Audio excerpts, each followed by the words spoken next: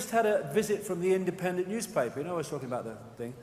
After the 2.5 hours for which everything that follows from now on has to be heard to put it into context, they turn up and they're going to leave for a deadline for tomorrow's paper, and they're going to do a report on this event. I mean, bloody hell. No wonder people are turning to alternative news outlets.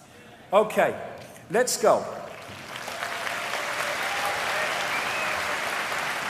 And to be fair to the person involved, who's just doing her job, what chance has she got, even if she wanted to, of putting this event in context, having missed the first 3.5 hours and missing probably most of what's to come after this section? Anyway, let's have a recap. This is who we are. We are infinite awareness having an experience. The idea of the conspiracy is to make us identify with the experience. Boom! Little me, I have no power. I am all limited. I am just someone who has to follow others. And to manipulate the way we decode reality to fit the ability of the few to control the many by keeping the many in a fraction of who they really are, by identifying with name, with job, with family and income bracket instead of the true nature of infinite self, and to hijack the way we decode reality through the five senses to impose a very different one, to give us the idea that we must follow, we have no power. Someone else must tell us what to think, what to do. And it's control of perception. Like I said earlier, if you control someone's perception, you control their actions, which come from perceptions. And that's the idea. And all these things, interestingly, all those news organizations, what are they doing? They're telling people what to think. And the other thing is that when you, especially as we go through the section after this one, all the different expressions of this conspiracy, everything from banking scams to vaccines to fake human-caused global warming, stuff in additives in food, fake terrorist attacks so that you can change society by justifying change. The idea that all this is being orchestrated by men and women in dark suits or whatever, sitting around a table, it takes on the bounds of ludicrousness. Do these exist? Of course they do. But they are the outer rim of the rabbit hole. And when you go beyond them, deeper into the manipulation, you go through them into the advisors. The people that we think are in power, that's only for public consumption. They're here today, gone tomorrow people in all the areas of institutions and politics, and another bunch will come along tomorrow, but the same force will be controlling them as well. That's the common theme, that's the cement. And you hit the advisors one step back. You go deeper in the rabbit hole, and you go into these really exclusive secret societies, which are way back out of the public domain, and yet they are fundamentally influencing and impacting on what happens in the public domain. So when you've got someone like Obama, he is announcing legislation, he's signing executive orders and death lists for bloody drone missiles in Pakistan, etc. But he ain't the one who's deciding all this. He's the one that's the point that brings it into reality through legislative change. And so behind all these apparently unconnected areas like banks and biotech cartels and NATO and the World Health Organization, World Trade Organization, the media and all this stuff at ownership level is this same force in the background. And indeed, you know, to a certain extent, this was acknowledged by the Swiss Institute of Technology in Zurich when they did this study on the connections between transnational corporations. And they found that these ones that are really red, these very, very few, have so many connections to the others, in effect, that's one unit, which is what I've been saying for bloody years, that behind the apparent independence of these corporations, they're actually controlled and connected into the same group. And, you know, you've got these green lines connecting these transnational corporations, but around this group, there's so many connections, it's just one blob of green. And when you take the next step and you realize that the same network of families are actually controlling all these apparently unconnected transnational corporations, suddenly you can see that it's possible to push the world through all these different aspects of society in a common direction. So we have this thing, we call it globalization. What is globalization? It is the centralization of power in every area of our lives. When there's a few and you want to control the many, you have to centralize decision-making. The more diversity of decision-making there is, the more power obviously is diverted away from the center. The more you centralize, the fewer have control of more and more and more. So this is why we've seen this process of so-called globalization, which is what? It is centralizing power into fewer and fewer hands, so fewer and fewer people are having a bigger say and impact on more and more people. This is the idea. It's the only way you can do it. And like I think I said earlier, the more you centralize power, the more power you have at the center to centralize even quicker. That's why this process of centralization has got faster and faster. And as you can see, as we saw in the Olympics, the power of the corporations, the British public put in like 9 billion into the Olympics, and the corporations together put in about 1 billion, and yet they got everything. So much so that little people in their businesses or homes were being threatened with with the law if they just put some of the major symbols of the Olympics or words, in a display. I was on the Isle of Wight. I just went out of interest, took a few pictures when the flame came through. I want to see what happened. This little town on the Isle of Wight, East Cowes, there, you would never know the Olympic flame was coming through. There was nothing. Why? Because they were all terrified of being sued by the corporations and those in government representing the corporations that had hijacked the Olympics. So it doesn't matter who is the president or prime minister, because the same force is in control. What force is that? And if you look at these underground bases, they call them DUMBs, deep underground military bases, they're all over the world. The level of security clearance to go deep into these bases and know what's going on is way above any political leader. They haven't got a clue what's going on in here. So they get elected and they have he's a prime minister, he's got power, oh, someone else has come in. And while all that's going on, someone's running these bloody things without the people in political power, apparent power, having a clue about it. If we find who is running these things, then we're getting very close to who's actually running the direction of human society. So behind it all is a force. The question is, what is it? So this is where we enter the twilight zone. But it's a twilight zone, again, everything is a point of observation. A twilight zone to a mainstream journalist will be perfectly bloody logical to someone who's done 50 years or so, or 25 years, or how many years it is of research into something. This is an important point about perception.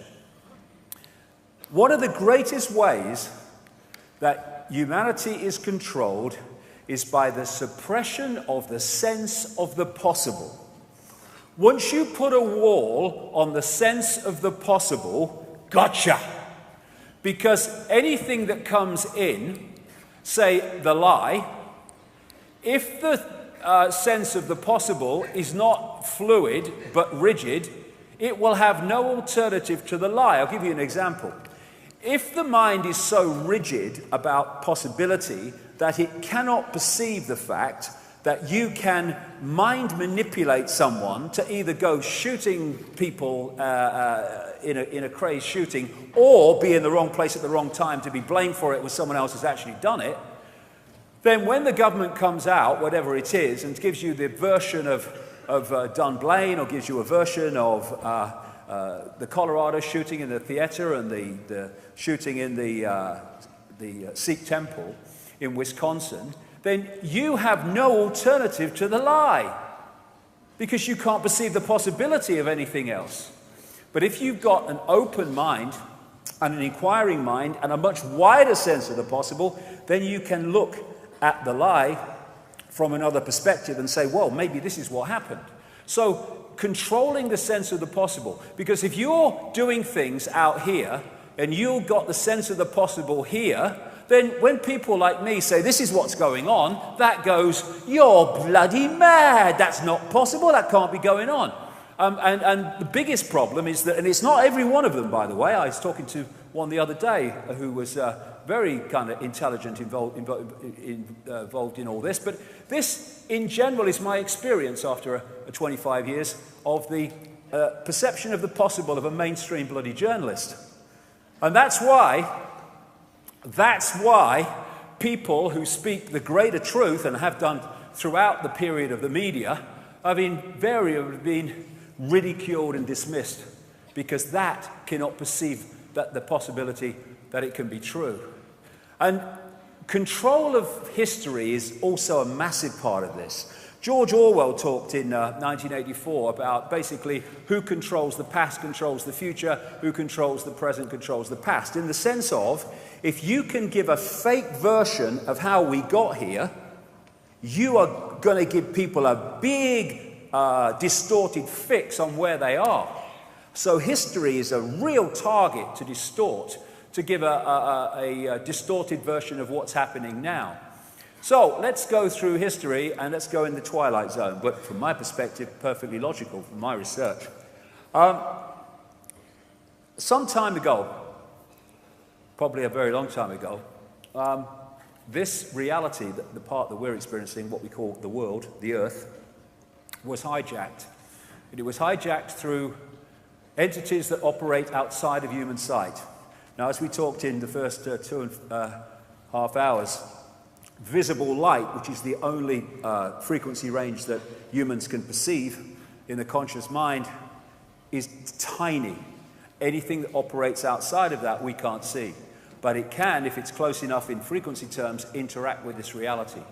And the world that is described in ancient accounts all over the world, it's a real common theme, that preceded this hijack, was in many ways similar to that portrayed in the Avatar movie. It was a world where human consciousness was much more expanded. It understood the connections between everything. It understood that at the energetic, electromagnetic level, that you could communicate with plants, you could communicate with animals, you could communicate with apparently inanimate objects, which are only inanimate on the holographic level to our perception. And there was this sense of oneness, this sense of connectiveness, this sense of understanding that we are just a point of attention within a greater whole. And it was a heart society, going on from what I said earlier. They rather interacted with reality from the heart center rather than the gut, which is where most people in our society today do. In other words, we were coming from this heart vortex area. Now, as I talked about, this is an access point through the illusion into the greater whole. And so when you're coming from a heart connection and a heart perception of society, it is dramatically different and creates a dramatically different society to the one we have now. But then came what I call the schism, a massive distortion in the information waveform construct of this reality. And as this distortion happened, there was a distortion in, as I talked about earlier again, the electromagnetic forces that hold the planets and planetary bodies in some kind of stable orbit, and a lot of these planets went walkabout. The solar system we see today is not how it was in the relatively recent past. This is a book called The Saturn Myth by a researcher called David Tolbert. It's probably the best book on ancient symbolism that I've ever come across. It's absolutely first-class research. Came out some years ago now. And from his massive, detailed research over many, many years of ancient accounts and descriptions and symbols, he found all these common themes relating to the fact that what we today call Saturn was not where it is now and was not what it is now in terms of the rings and what have you, but was much, much closer to the Earth, to the point that it was in terms of, because it's not a planet, Saturn, it's a dwarf star, so is Jupiter. And it was the prime source of light as the solar system was before this great distortion, this great cataclysm. And looking from the Earth, you saw Venus, and in the middle of that you saw Mars. And here's another, mock-up of the view of this from the Earth. Therefore, Saturn, as it would, became absolutely the center of focus of Earth's society before all this happened. Now, people like Immanuel Velikovsky in the 50s and 60s, he was massively ridiculed for coming out with a series of books pointing out that, in his view and his research, there was massive cataclysmic events in the solar system, and the planets and planetary bodies aren't now where they once were not that long ago. Of course, he was ridiculed. Of course, he was dismissed. But he was a fantastic pioneer for not detailed truth in everything that he said. How can you do that when you're trying to uncover something that doesn't want to be uncovered? But it was a fantastic trailblazing theme that he had, which has been taken up by people like David Talbot and Wallace Thornhill. Wallace Thornhill is involved very, very strongly with the electric universe research that I talked about earlier. And he adds his physics and electronics background to David Talbot's ancient symbolism and accounts background. Saturn, which I say didn't look like that in those days, and Jupiter was certainly involved in these cataclysms. And the effect on the Earth is one of the great universal themes in every ancient culture. Of course, we have the classic coming through the Bible of the great flood and Noah and what have you, but that is just a rewrite of more ancient texts in Mesopotamia, and it's the same theme all over the world, of fantastic geological and cataclysmic events that basically brought the society that was there then to an end. That's Avatar society that I was talking about. And when you look at it, you look at some of the great earth upheavals that we've had. Things like the tsunami in Japan and great earthquakes. Now, they're devastating. I mean, the tsunami was unbelievable in Japan, and also the one earlier that was massively destructive. But at least there was the ability of people unaffected to come and help.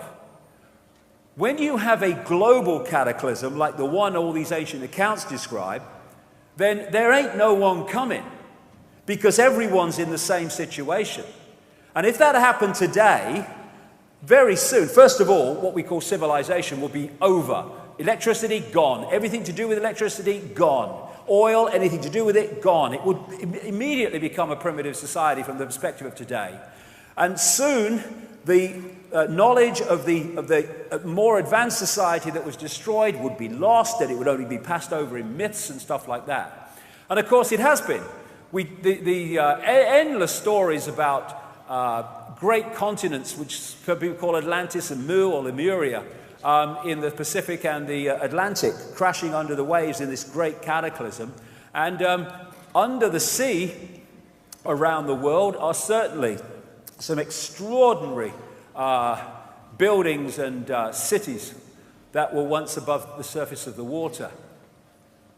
Now, as I mentioned in the first half, the base construct of this universe is waveform information. So any distortion at that level, and this is where the whole thing was created from, this massive cataclysmic event, will play through to the holographic as great distortions that we will see as great geological and weather events. And it was at this point that the solar system became eventually what it is now.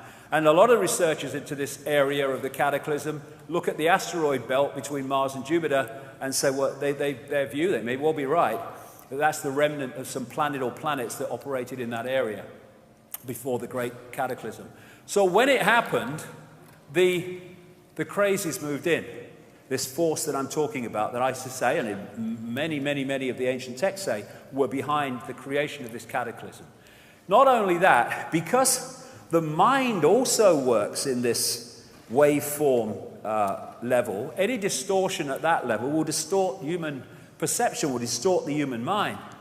And we went from, when I say we, I mean humanity, went from a connected society, an open, aware, expanded consciousness society, into the one that eventually became the controlled society, and even more controlled society that we see today.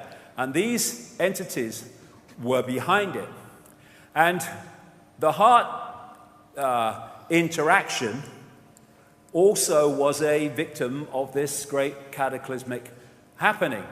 Because what happened, not least because of the distortion, but also because of the impact of these entities, we moved from being a heart-centered, heart perception society into the gut. I mean, today, when I say the gut, I mean the emotion. We interact with society today and events today through emotion overwhelmingly. More and more, what does your heart say has become, what does your gut tell you? We're emotionally, we're reacting. We're not thinking, we're not feeling, we're reacting emotionally. And that has massive benefits for the manipulating forces I'll come to. And so the more that we dropped into this gut-based, emotion-reacting society, the more we got pulled out of that heart coherence I talked about earlier, which brings the heart electromagnetic field into coherence with the brain and with the other systems to create this connection that takes you, as the Heart Math Institute in America found, into this higher level of consciousness. In other words, boom, it went the other way. And like I say, the Institute of Heart Math talks about when you go from the heart vortex, the heart electromagnetic field, you go out of the bounds of time and space, the illusion, into the greater understanding of self. So this hijack more and more closed that connection down, and we became a five-sense society overwhelmingly, and therefore locked in to this tiny band of frequency we call visible light, and at the expense of the wider perception that this is just part of who we are, not the totality of it. And more, the body-mind level got disconnected from the greater consciousness level, and once that happens, then we're in real trouble. We then start to see this as the only reality, instead of realizing that this is the totality and the infinity of what we are beyond this tiny band of frequencies we call the world. Now, these entities I'm talking about are talked about and mentioned in every ancient society under different names. And these are interesting to me. This is what they're called by some Central American shaman, the flyers, just a name. We have the demons in Christianity. We have the archons, that is the name for these entities of the Gnostic belief and the Gnostic writings from like 2,000 years ago, around that period and later. And the Islamic jinn. Because the way all of these entities or phenomenon are described is precisely the same, in effect. They're different names for the same thing. And the archons, as the Gnostics called them, were said to be made from luminous fire. The jinn from Islamic and pre-Islamic Arabia were said to be made of smokeless fire. And when you look at what's said about it, they're talking about the same force, the same phenomenon. So what is it? The Gnostics are very interesting. Gnostic coming from a word meaning knowledge. Whenever Gnostic thinkers showed any sign of getting their point across and circulating their knowledge and their beliefs, they were slaughtered. I mean, that is just a constant. The Cathars that were slaughtered in southern France, ending up on the castle of Montségur in 1244, they were Gnostic thinkers. The people that ran the great library of Alexandria with its 500,000 scrolls of ancient knowledge which the Roman Church destroyed, they were Gnostic thinkers. And as a result of this, very little Gnostic writing has made it through what we call history. But then in 1945, a place called Nag Hammadi in Egypt, a sealed jar of Gnostic writings was found hidden. And from that has come a fantastically greater understanding of what the Gnostics were talking about. These were mystics. They went out into other levels of reality. In many ways, we call them shaman today, many of them. This is what they talk about in these writings. They talk about the Lord Archon, or what they call the demiurge, and the archons that serve the demiurge and the Lord Archon, as they call him. And they relate this to the Judeo-Christian Yahweh Jehovah God. They also relate it, in effect, to what people call Satan or the devil as well. They say that these archons created the physical universe that we see, but not the earth, the sun, or the moon. And it's interesting that those three bodies have tremendous connections geometrically and mathematically, which none of the other planets do. Anyway, Archon means prince, ruler, authorities, and it has the connotation also of being from the beginning, because the Gnostics said that actually from the beginning of this solar system that we see and experience, they have been here because they were actually the creators of it, apart from those bodies I'm talking about. They talk about the demiurge being a fake god that created the physical material reality that we perceive. And they talk about these entities being inorganic, like cyborgs, like robotic. And these writings are about 1,600 years old, a bit more maybe, and yet they knew that in terms of the relationship between the Earth and the rest of the solar system, the Earth was alive and organic, and the rest of the solar system was basically not alive and inorganic. How did they know that? Because they were able to get out there and were very, very knowledgeable. And that's why they were attacked by that which didn't want that knowledge circulating. This, in effect, is very much the feeling of what they describe as an Archon world, because the Archons have no creativity as humans do, and therefore their world is stark and ugly and uniform. This is another wonderful symbolic picture of an Archon world, an Archon reality. And that's because these writings say they have no, I think the direct translation is no intentionality. I put it another way, no creative imagination. And the writings from best part of 2,000 years ago make it clear that they envy humans who have this creative imagination, the ability to create.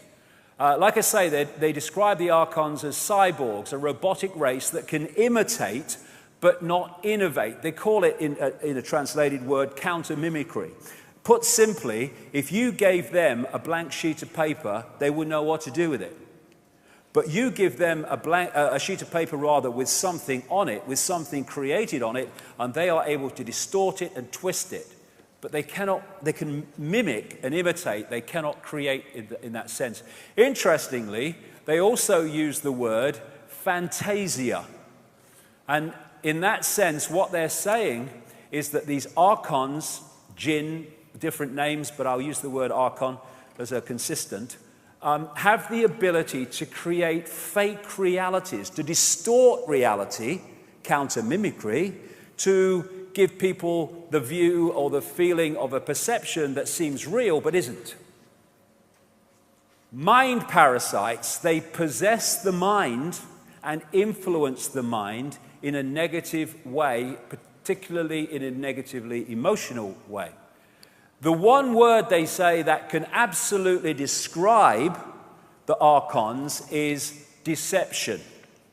And also they say that one of their great means of operation, modus operandi, is to invert everything. That's what they're doing, counter-mimicry. They are inverting what is already created so it becomes something else. And it's no accident that one of the great forces that worship these Archons within human society, what we call Satanism, use inversion as part of its symbolism. The inverted cross, the inverted five-pointed star. And so I've used this quote before in talks, and from this archontic perception, it becomes even more relevant. Michael Elner, who said, "Just look at us. Everything is backwards. Everything is upside down. Doctors destroy health, lawyers destroy justice, universities destroy knowledge, governments destroy freedom, the major media destroy information, and religions destroy spirituality. Everything inverted."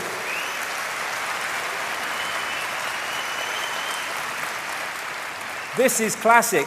Politicians, knowingly, some of them, most of them unknowingly, that are promoters and pushers of the archontic agenda, they are famous for bloody lying, inversion of truth. This is a quote from the English writer Noel Coward, who said, quite rightly, "It is discouraging to think how many people are shocked by honesty and how few by deceit. Such is the level of deceit in our society." One word to describe the archontic influence: deception. So this force I talked about earlier that operates behind the crazes in politics and banking and business and media ownership and all the other stuff is this archontic force, which takes many expressions, as I'll come to. And this is absolutely, massively significant. The Gnostics talk about something called hell in relation to these archontic manipulators, and hell means, in our translation, simulation of a virtual reality. A reality that appears real to the decoder, but is not actually real. It's a fake reality. And given what I've been talking about for a few years now, the Gnostic texts describe reptilian entities in relation to being an expression of this archontic force, and 1,600 bloody years ago, they described grey entities, and they describe them as being expressions of the archons, and they say these grey entities are like an unformed baby or a fetus with grey skin and dark, unmoving eyes. They were around thousands of years ago. We think they're a modern phenomenon. No, this manipulation has been going on for a fantastic amount of what we call time. So, what can we ridicule? What's the latest thing to ridicule Icke for? All right, let's get a list. They must be adding to it by now. He's been talking for a while at that Wembley place. But one of the things they ridicule me for is the idea that reptilian entities are behind this manipulation of human society. And people can deny their existence if they like. I do not give a shit. They exist. This is a Spanish artist called Robert Ilimos. I spoke in Barcelona, was it 2011, something like that? And he was introduced to me because he'd had an experience which he, thought I might be able to explain. He was into none of this stuff, never heard of me, never heard of bloody reptilians or anything. But he had a partner who which is Brazilian.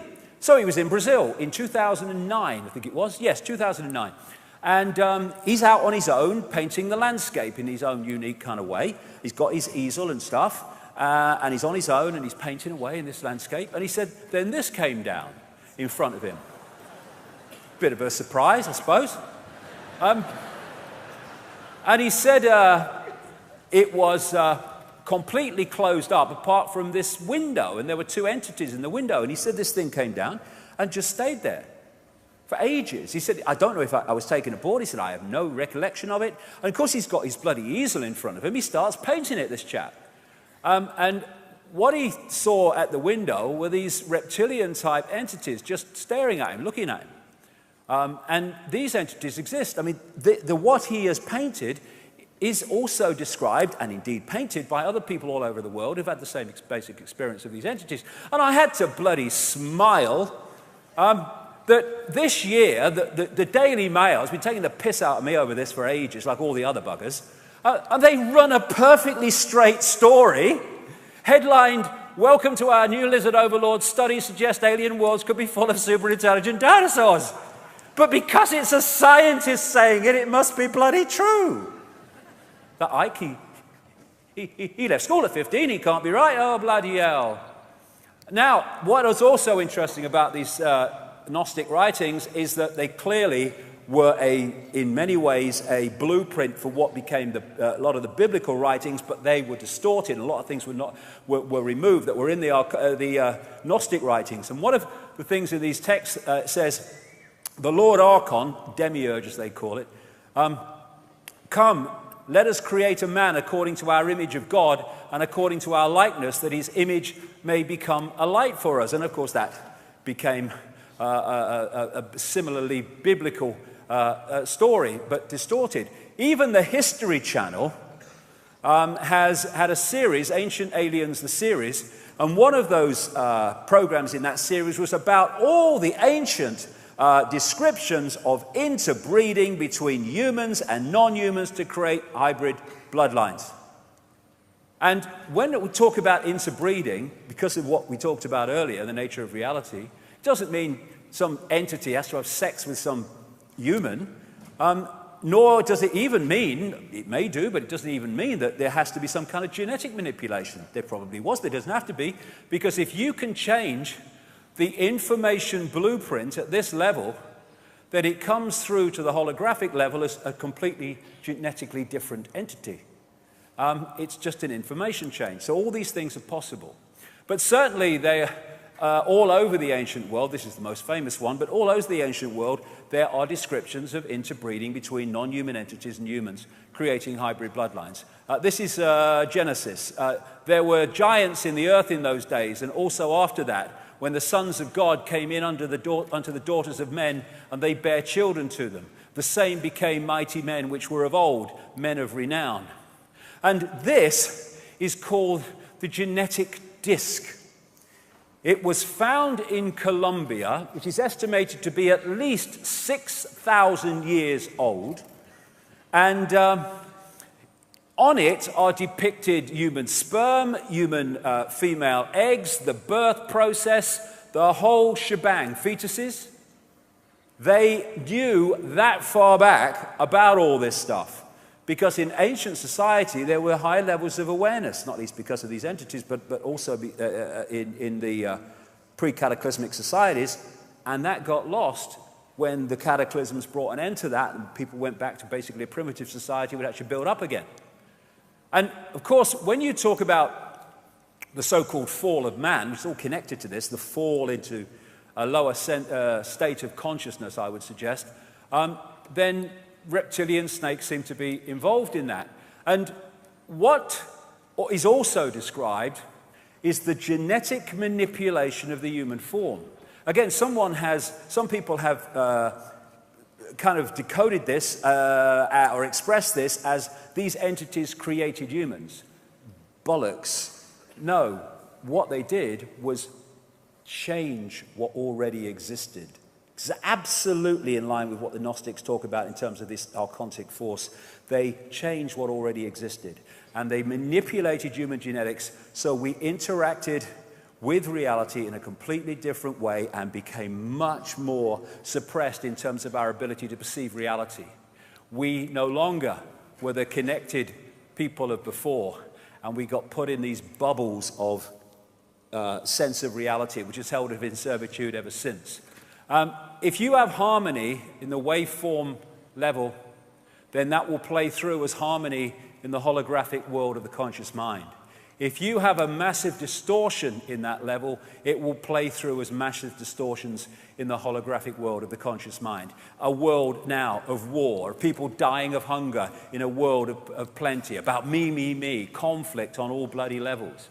All this came through from this distortion. They're all expressions of this distortion.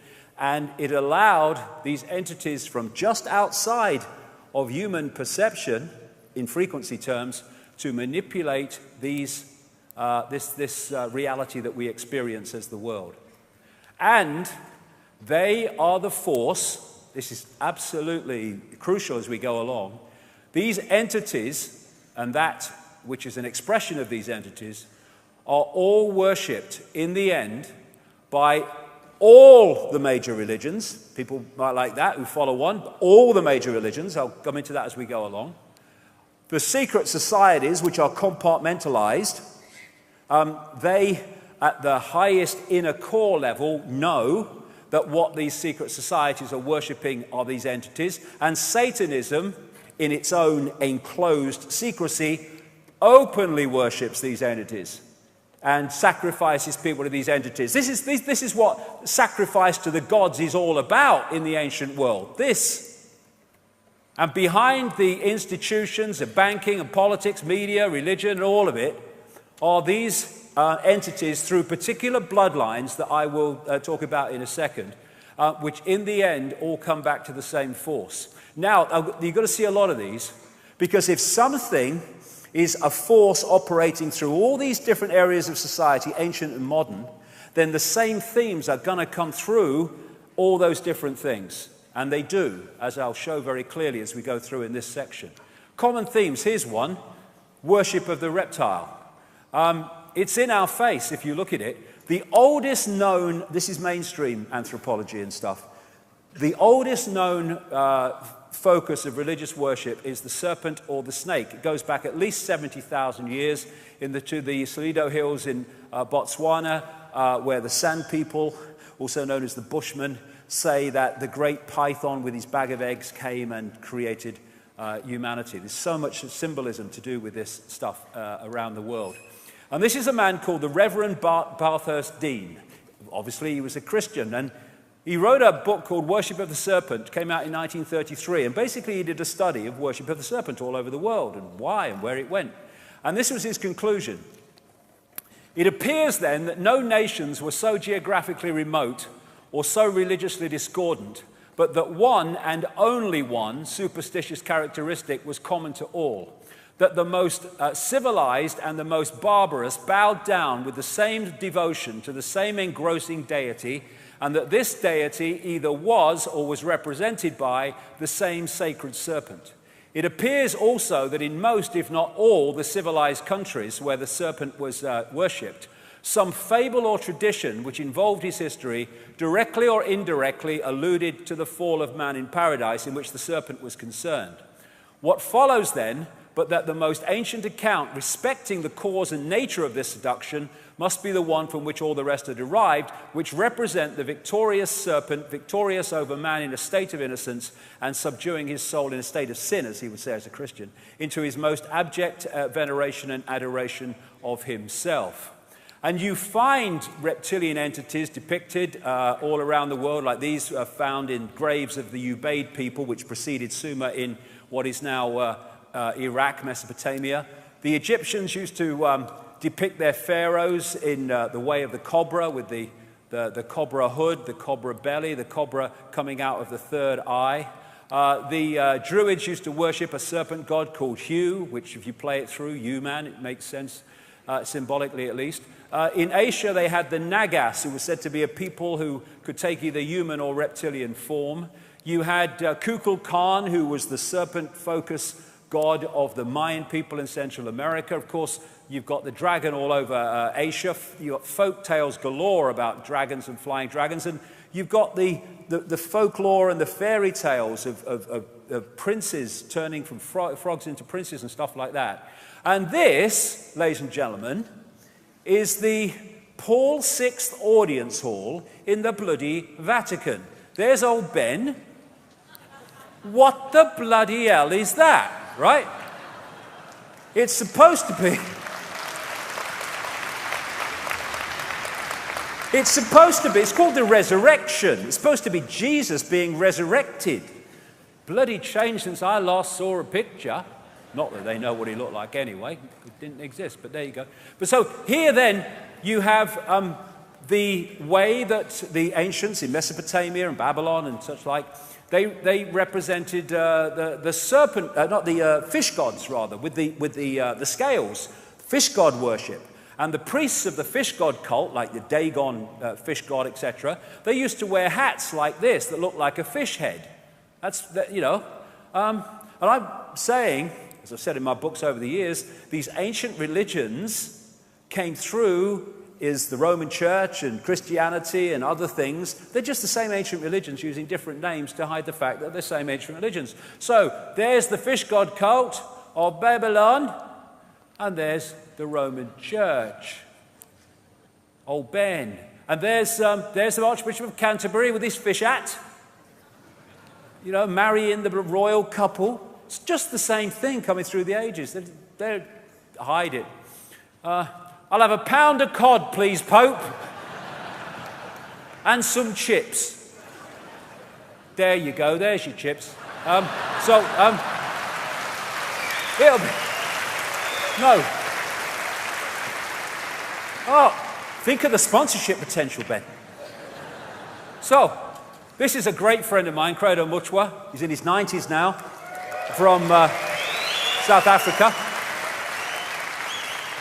I met him in 1998 when he called me and said, how do you know about the Chitauri? What the hell is the Chitauri? People, the children of the serpent. It's the Zulu ancient lore and legends of the Chitauri, reptilian entities manipulating human affairs. This is one species, because there are many of these reptilian entities, which Credo painted, because he's he's an artist and a great talented man.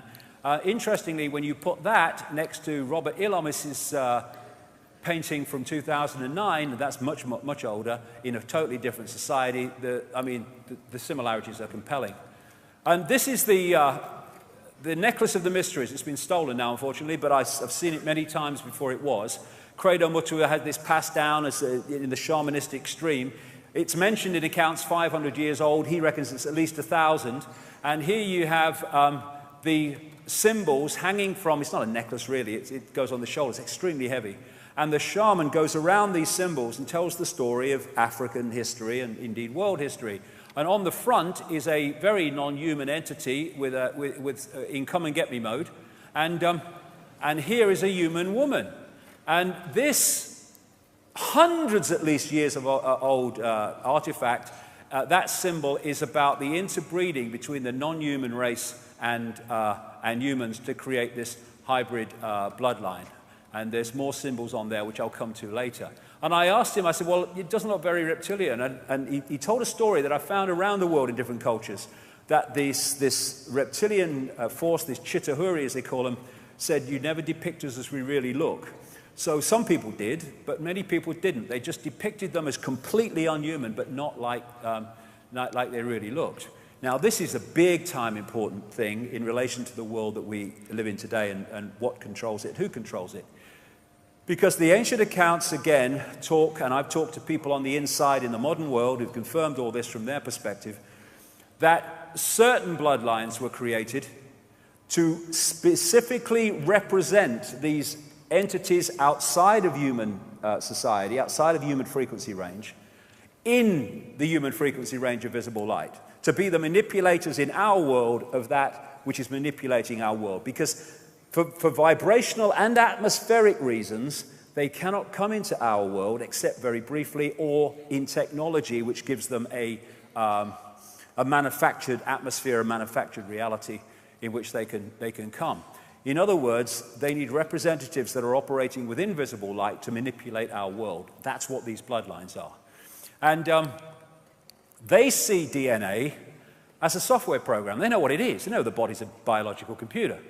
And they want to keep certain information patterns within this DNA because it dictates the behavior of these hybrid bloodlines. And they want to control them as much as they control anyone else.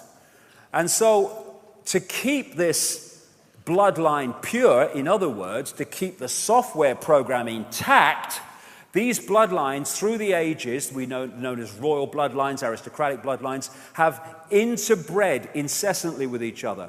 Because if they bred outside of this particular hybrid software, it would quickly become diluted and no longer have the information patterns that dictate their behavior, which I'll come to. In fact, I'll come to it now. One of the great traits of these bloodlines is that they have deleted from them the ability for empathy. Empathy is the fail-safe mechanism of human society, or any society. If we have empathy with the consequences for others of our actions, that fundamentally dictates our actions and suppresses the extreme nature of our actions. If you have no ability to empathize with the consequences for others of your actions, there are now no limits. There is nothing you wouldn't do because there is no emotional consequence of doing it. Indeed, you can get off on it, as some of these do. And these, in the modern world, are what those bloodlines look like today. They've come through history, and now they're the ones in the positions of power in banking, business, media ownership, politics, corporate, massive corporate giants around the world in big biotech, big pharma, big food, and all the rest of it. And they are the representatives within visible light of these archontic, I will call them, because they take various forms, entities. And they are shapeshifters, or the most extreme of them can be. Not all of them that were on that picture, but the more extreme of them can be. And people say, that Icke is another one on the list. He says people can shapeshift. That's ridiculous. Well, if you're coming from your perspective of reality, that everything is solid, that is bloody ridiculous. But as I talked about in part one, this is not a solid world. It's a holographic world. The solidity is illusory, as quantum physics will confirm. And the shift in shape is not a physical solidity shift. It is a shift in the information waveform information field. So, if there's a shift in the information field at the waveform level, then it will be decoded through the genetic brain decoding system through to a holographic shift. In other words, the shift takes place in the observer's decoding system. 1 minute the person is looking human because that is decoding the human field. Then there's a shift in that field, and another field which is not human will become the dominant one. That decoding system is now decoding the second field. To the observer, there has been a physical shift from human to non-human and back again, but what there's actually been is a shift in the information fields the observer is decoding.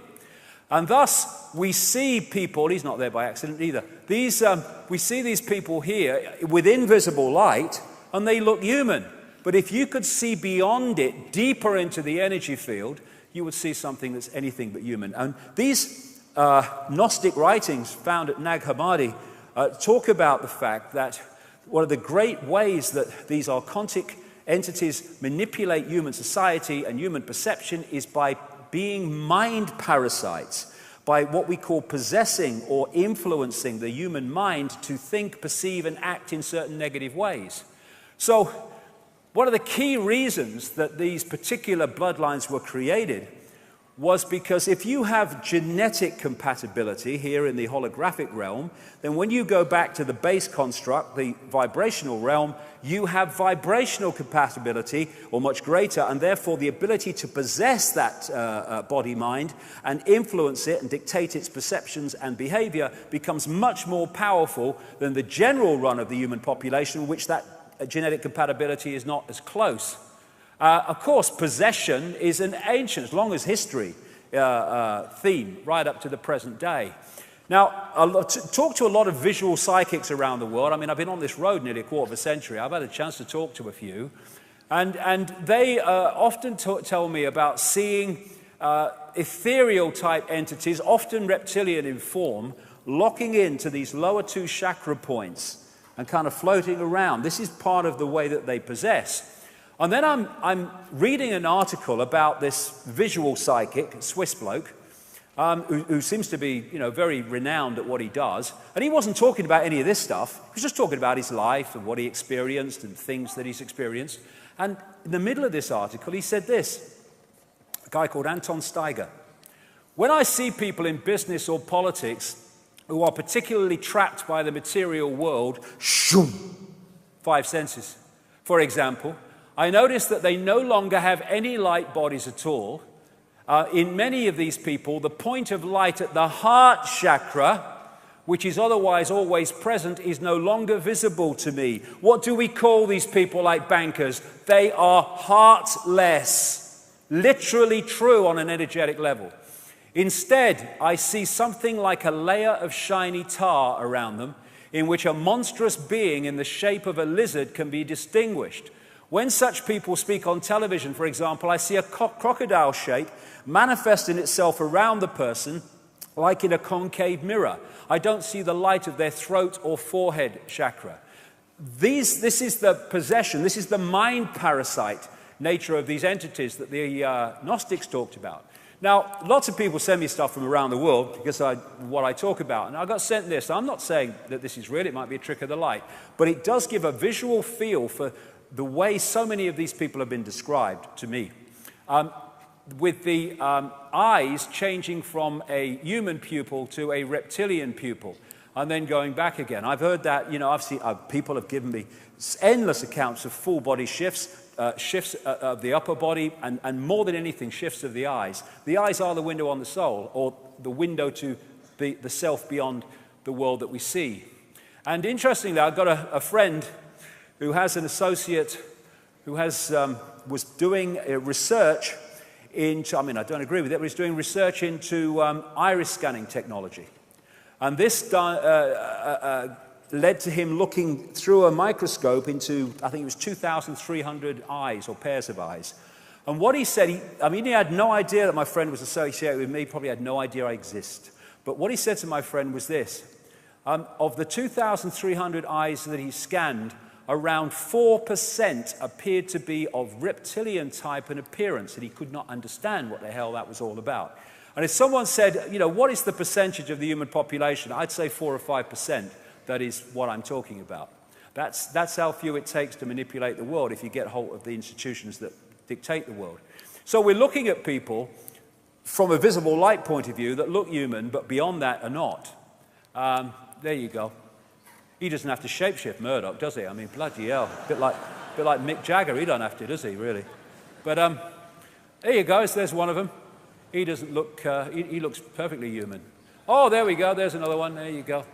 There you go. Ooh, there you go. Been to the ritual, Mom? Have you? What's going on? And the other thing is that these bloodlines, they, like I've just said, they stay inside the network. And so that when you follow them back, you tend to come across some interesting people. We've had Prince Charles in the last few months talking about the royal family's ancestral connection to Vlad the Impaler, one of the most infamous blood-drinking, satanic torturers in human history, who was a member, along with the rest of his family, of something in its simple title called the Order of the Dragon, which goes back into the ancient world, which is an order of these bloodlines. He was from Transylvania, and old Charles has got a place there. Mary of Teck, her grandmother, was connected genetically very closely down the line to his sister, and thus brought that bloodline into the royal family. There you go. They're not what we think they are. That's the point. And because we only see the visible light level, it seems fantastic. I think, one of the great, I'll rephrase that. The only good thing, from my point of view, of the Diamond Jubilee celebrations was when, at the royal concert, Elton John sang Crocodile Rock to the royal family. I thought that was absolutely frickin' brilliant.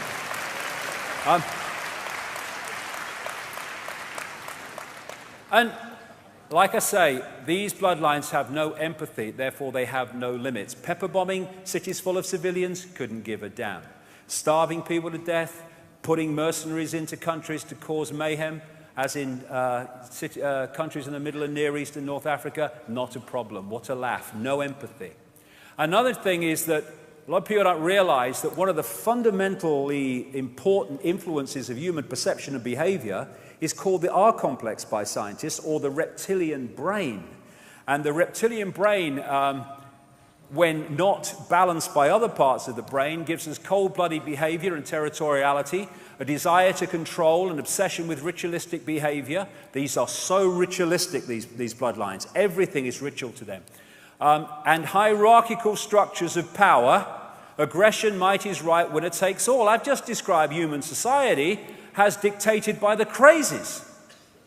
And All this stuff in the royal family, all this royal protocol, all this ritual is all reptilian brain. And if you have a greater infusion of reptilian genetics, you're going to have a greater extreme of reptilian characteristic traits. I mean, did you see that after the royal wedding when Madam issues another list to update who should bow and curtsy to bloody who?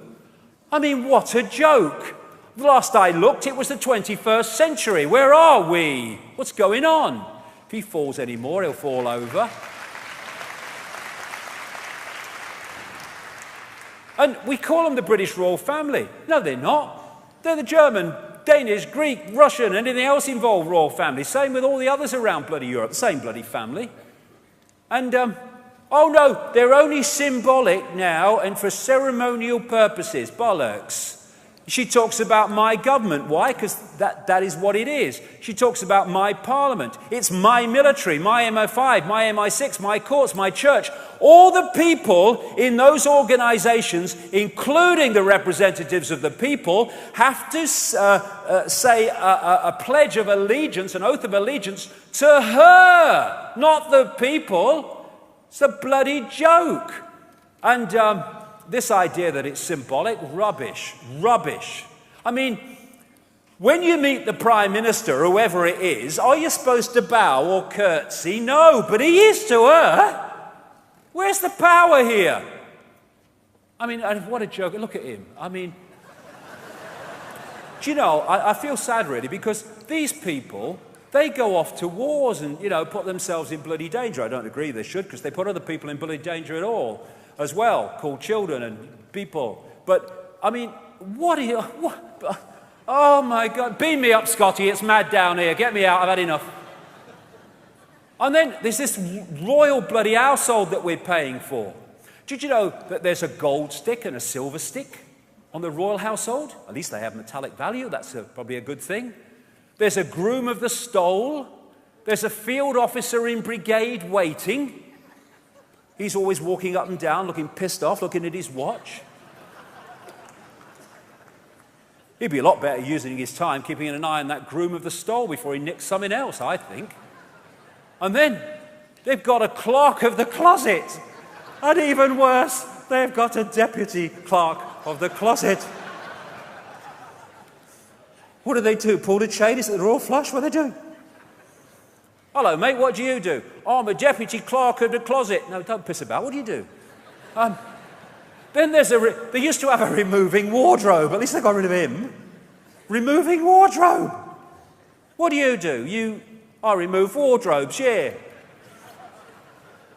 Do you ever bring them back? Oh, no, bring back wardrobe does that. I mean, oh, bloody hell. We're paying for this. The British royal family, proof that God has a sense of humour. That's my view, anyway. Now, what is the dynamic here with these bloodlines? Well, like I said, they operate with invisible light on behalf of entities that operate outside of visible light. And if you take the analogy of the scientist standing outside the tank, working inside the tank through the gloves with material that's too dangerous to work with, you take the tank to be our reality, the scientists to be these entities, and the gloves to be these bloodlines that allow them to manipulate within this reality. That's the basic dynamic of why they exist and what they're doing. This is Neil Haig's depiction here of the theme. And thus, these entities have their own agenda. And it's not the human agenda for what's best for humans. It's what's best for the agenda of control of humans. And if you take the Trojan horse analogy and you put that on, then you've pretty much got what it is. It's infiltration of human society while appearing not to be infiltrating because everyone looks human, but only with invisible light. Now, here's the journey of these bloodlines. You can pick it up at some point through history. It goes way back. Let's pick it up here. These societies, these more advanced societies, Egypt, Mesopotamia, the Indus Valley, China, etc., they started to appear as the first more advanced societies after the cataclysm. What history does is pick up the cradle of civilization in places like Sumer and what have you. That wasn't the cradle of civilization. These societies were when human society had reached a certain point again after recovering from the great cataclysmic events that destroyed the previous society, much more advanced.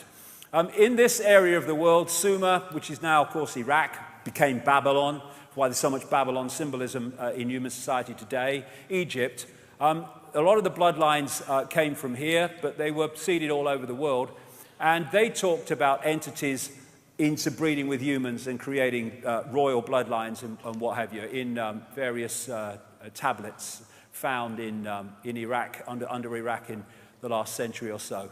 And these bloodlines moved out into northern Europe. They became the founders of Rome, and they interbred with other bloodlines in Europe, and they became the European royal families and aristocracy. And eventually, through the great British Empire, the French Empire, great only in size, by the way, in my view, and other European empires, they sent these bloodlines all over the world in the great colonial frenzy of taking the planet over. But there's two types of control. One has a finite life, one has an infinite life until it's exposed. The one that has a finite life is when you, like fascism, communism, apartheid, that which is subject to the control can see the controllers. Because eventually, it might take some time, there will be a rebellion against that. The greatest form of control is control you can't see, where they give you a vote every 4 or 5 years, and yet behind the scenes, the same people are in power behind the scenes all the time, no matter who's officially in power in politics. And that's what they did in the colonial system. They apparently withdrew back into their countries and gave independence to the former colonies like the United States and Canada and etc. around the world.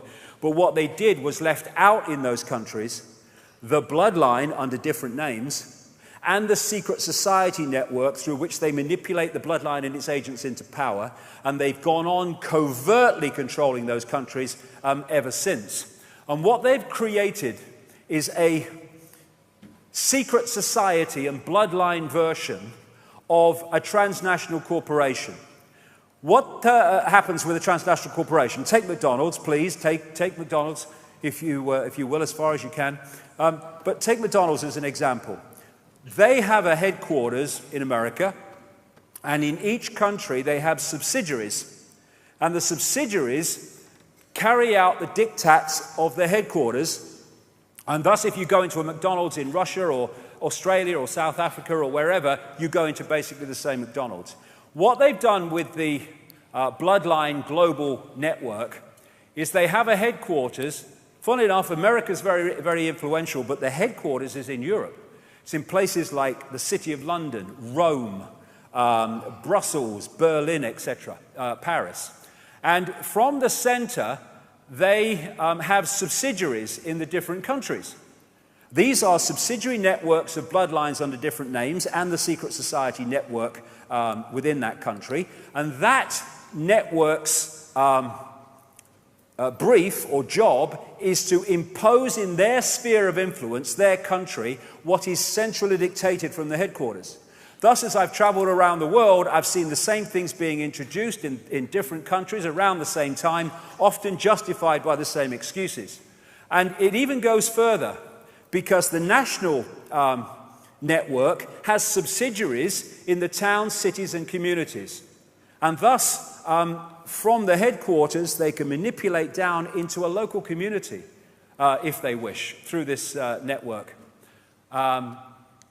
And they've created this structure in which they have not just infiltrated, but created the organizations that run and control the direction of the world. I get into some of them. But what the vast, overwhelming majority of researchers into this conspiracy do not see, or do not want to go there, is the fact that there comes a point where this human network goes up into or out into other dimensions of reality, and the dictating force is not human. And common themes. The number of times you see around the world depictions in different societies of half human, half reptile entities. This is obviously in Asia. and the depiction of the interaction between reptilian entities and humans, and part human, part something else. The gargoyles on the churches built by these secret societies, like the Knights Templar, and on the castles and mansions of the elite bloodlines, they are symbolically these entities. So many of the coats of arms of these bloodlines carry reptilian themes. The whole logo of the City of London, or Babylondon as I call it, because it's one of the great central focuses of control, not only through finance either, is a reptilian, holding the red cross and the white background of the Knights Templar, one of the major secret societies in this network. One of the key points in London, for this conspiracy anyway, where the City of London meets Temple, or Temple Bar, or the Temple region, which is the legal profession and courts, is this flying reptile on a pedestal right in the middle of the road. They put these things everywhere. Now, there's another common theme, this is all over the world, of reptilian-type entities eating humans. There's so many of them, it's unbelievable. This is Central American, as the previous one was. Here's some more, and often they'll put a crown on the top, because this is the royal bloodline. This is where the divine right to rule comes from, or the idea of it. It's the belief that you have the right to rule because of your genetic descendants from these gods, the divine right to rule. There again, a similar one. Here's other ones, and logos and coats of arms and what have you. And there's Alfa Romeo, the same, and of course the red cross and the white background of the Knights Templar. You see this reptilian theme coming up a lot in entertainment, because these bloodlines and their networks control Hollywood, and they control the entertainment industry in general. This is an advert, a Nike advert, where this American footballer was depicted as reptilian, and the theme of it was, because of that, he was better than anybody else. And at the end of the Thriller video, when Michael Jackson turned around, they were reptilian eyes. There could have been lots of different eyes, but they were reptilian. And this happens because of what I said earlier. All these different things are worshipping the same basic force, and thus this symbolism of this force appears in all these different areas, not just these, also banking and politics and stuff. Now, a lot of these bloodlines are Satanists. In fact, the major ones are all Satanists. And by that I mean they are into human sacrifice, human blood drinking, and all that other stuff, sacrifice of children. And it's been going on way back. And people have no problem with the fact that it was going, oh yeah, those ancients used to do that, and the Aztecs and all that stuff. But they can't expand that perception of the possible that it's still going on. It is massively going on. The fact is it was openly going on then it became unacceptable to the population in general, and it's gone on secretly ever since. And what I've talked to a lot of Satanists, former Satanists, and I guess former Satanists, who've told me common themes about what goes on in these rituals. And, you know, these entities are feeding off human energy. And one of the things that they do is when they're sacrificing somebody, the people with invisible light, the Satanists and the bloodlines, they'll drink the blood, because when the terror reaches a certain point in the ritual, a certain adrenaline goes in the blood, which gives these people a high. I mean, sick is not the word. But on another level, an energetic level, the entities are feeding off the energy coming off of terror and fear of the sacrifice. And the other thing that they tell me happens in these rituals is they create an energetic environment, like a stepping stone energy environment, where these entities can come through and manifest, not for long, but for a while. Common themes.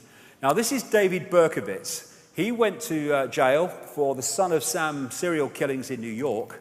And after he was jailed, he said, he corresponded with a Christian minister, and he said, yeah, I did it, but I did it as part of a satanic coven, a satanic cult that arranged it all for me, and I was just the guy who did it. And he said at one point in this correspondence, Satanists are peculiar people.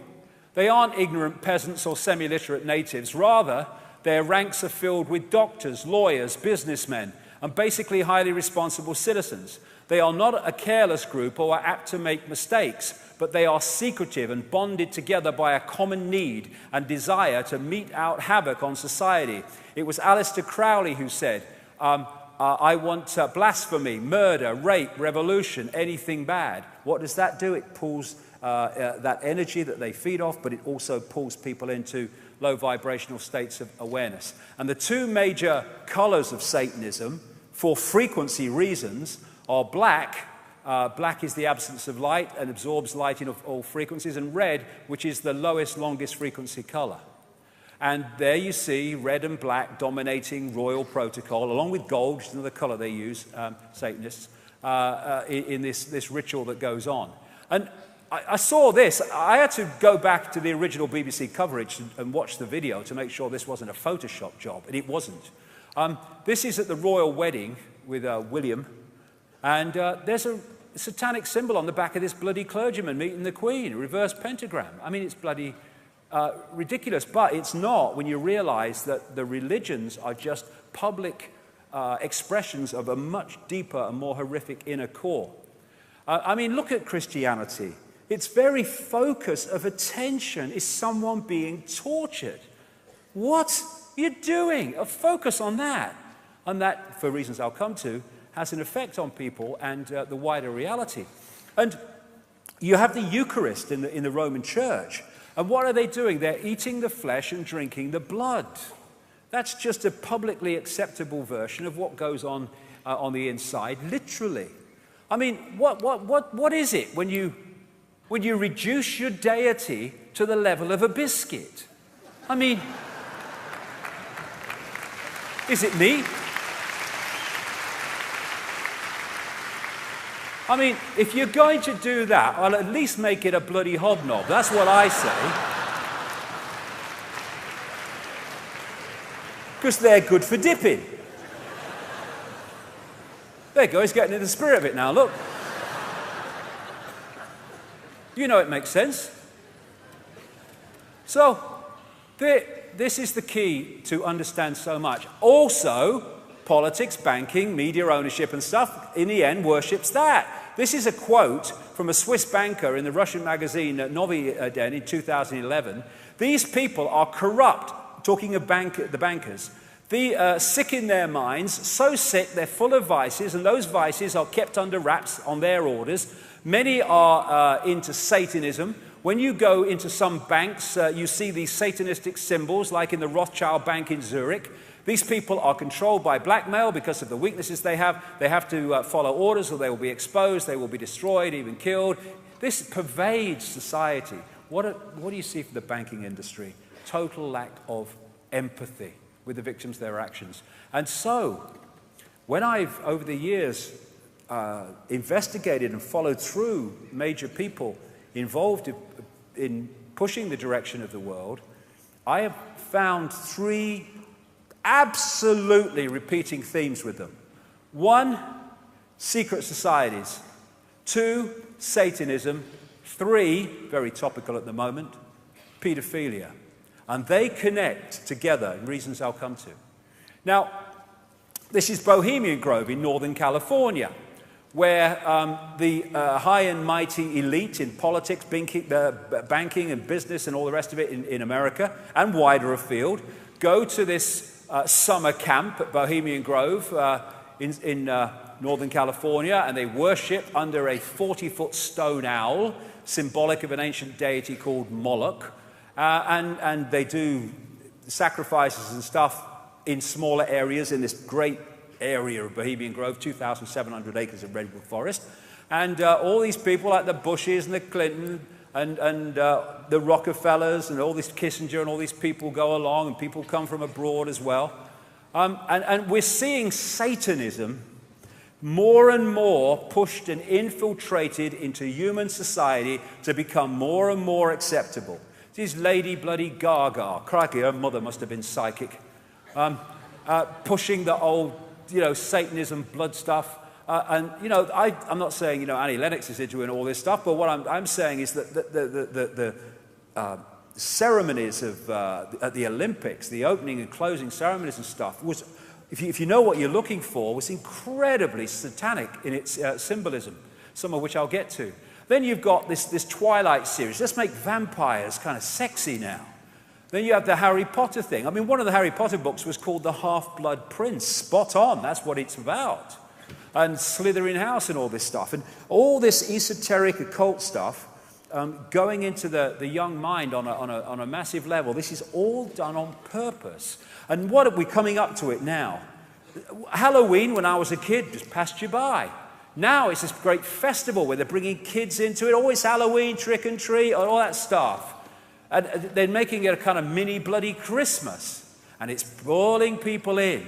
If people only realized that at this time, particularly, and at Beltane across May the 1st, staggering numbers of children on this planet are being sacrificed by these people and others around the world. That's the real meaning of Halloween and Beltane, not trick or treat.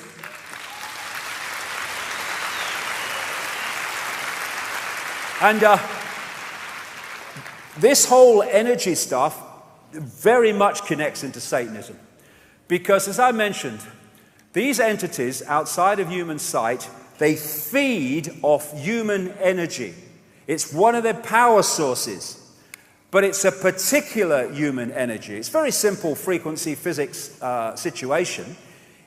If you are within a certain frequency band yourself, you are only going to absorb energy within that frequency band. Anything outside that frequency band is going to go through you like radio stations go through radio stations. Thus, you need to generate energy within a frequency band that you can absorb. What is the frequency band in human terms of these entities? Low vibrational human emotion around the basic state of fear. And so they're generating human fear, anxiety, frustration, anger, hatred, all of it, because it's generating the energy that they absorb, their life force in so many ways. In the Matrix, they had the machines symbolically feeding off human energy. That's what these entities do. And thus, if you go back to the Dr. Emoto stuff with the crystals in the water, the crystals with words of love written on the side of the water before they were frozen are beautiful, geometrical, beautiful to the eye. That energy is unabsorbable by these entities. It's on a frequency they simply cannot sync with because of their state of being. This is what they want. They want this energy. And thus they have created and structured human society to become a factory, an engine room, a generator of this energy. A war is a banquet to these people because of all the energy that's created by those doing it, those receiving it, and the impacts on lives as a result of it. And look at the way the human society is devastated in terms of its balance, its harmony, its joy, by reasons for low vibrational, distorted emotional responses. And this is a key reason why humans were manipulated from a heart society to an emotional gut reaction society. Because there, nothing served for dinner, darlings. Here, much as you like. And people think that human energy is not important. There are sensors around the world that are picking up changes in the Earth's energy field. This is what happened on 9/11 as a result of humanity's response to what it was witnessing. And that is the power that collective humanity has on the human energy field. If you can manipulate humans into a negative response, understandably, to things like 9/11, you massively impact on the vibrational energetic state of the Earth's energy field, and it's the energy sea that we are living in all the time. If you want to get to all the fish at the same time, what do? You get to the sea, and then you get all the fish. And the energy sea that we are living in all the time is what they're targeting all the time. And so when we react to their heartless corruption and oppression in this way, going to get into this seriously in the last part today, then we are actually giving them what they want. Because we are reacting in ways that are generating more of the energy on which they feed. This is a Native American, basic American concept story. That in each of us there are two wolves they talk about. One wolf is anger, envy, sorrow, regret, greed, arrogance, self-pity, guilt, resentment, inferiority, lies, false pride, superiority, and ego. The other wolf is joy, peace, love, hope, serenity, humility, kindness, benevolence, empathy, generosity, truth, compassion, and faith. Which wolf wins? The Native Americans say the one you feed the most. Now, I'm not saying humans are perfect and do not have the capacity for that. But what the Gnostics talk about in their writings is that what the archontic force is doing is taking minor error and it is distorting it and expanding it into massive violations of these emotions and massive expansions and extremes of these emotions. So this is what they are trying to generate with their mind parasite modus operandi, etc., in humans, because that's their life force. They are energetic vultures. The Matrix had this concept with Morpheus and the battery. The Matrix is a computer-generated dream world built to keep us under control in order to change a human being into this. Symbolically, that is absolutely the case. And George Carlin said this interestingly. Did you ever stop to think about all the people we kill?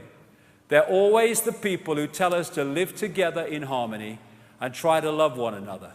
Gandhi, Lincoln, John Kennedy, Bobby Kennedy, Medgar Evers, Malcolm X, Martin Luther King, John Lennon. They all said, try to live peacefully together. Bam, right in the head. Apparently we're not ready for that. Or we're ready for it. But that which is manipulating us does not want us to have it.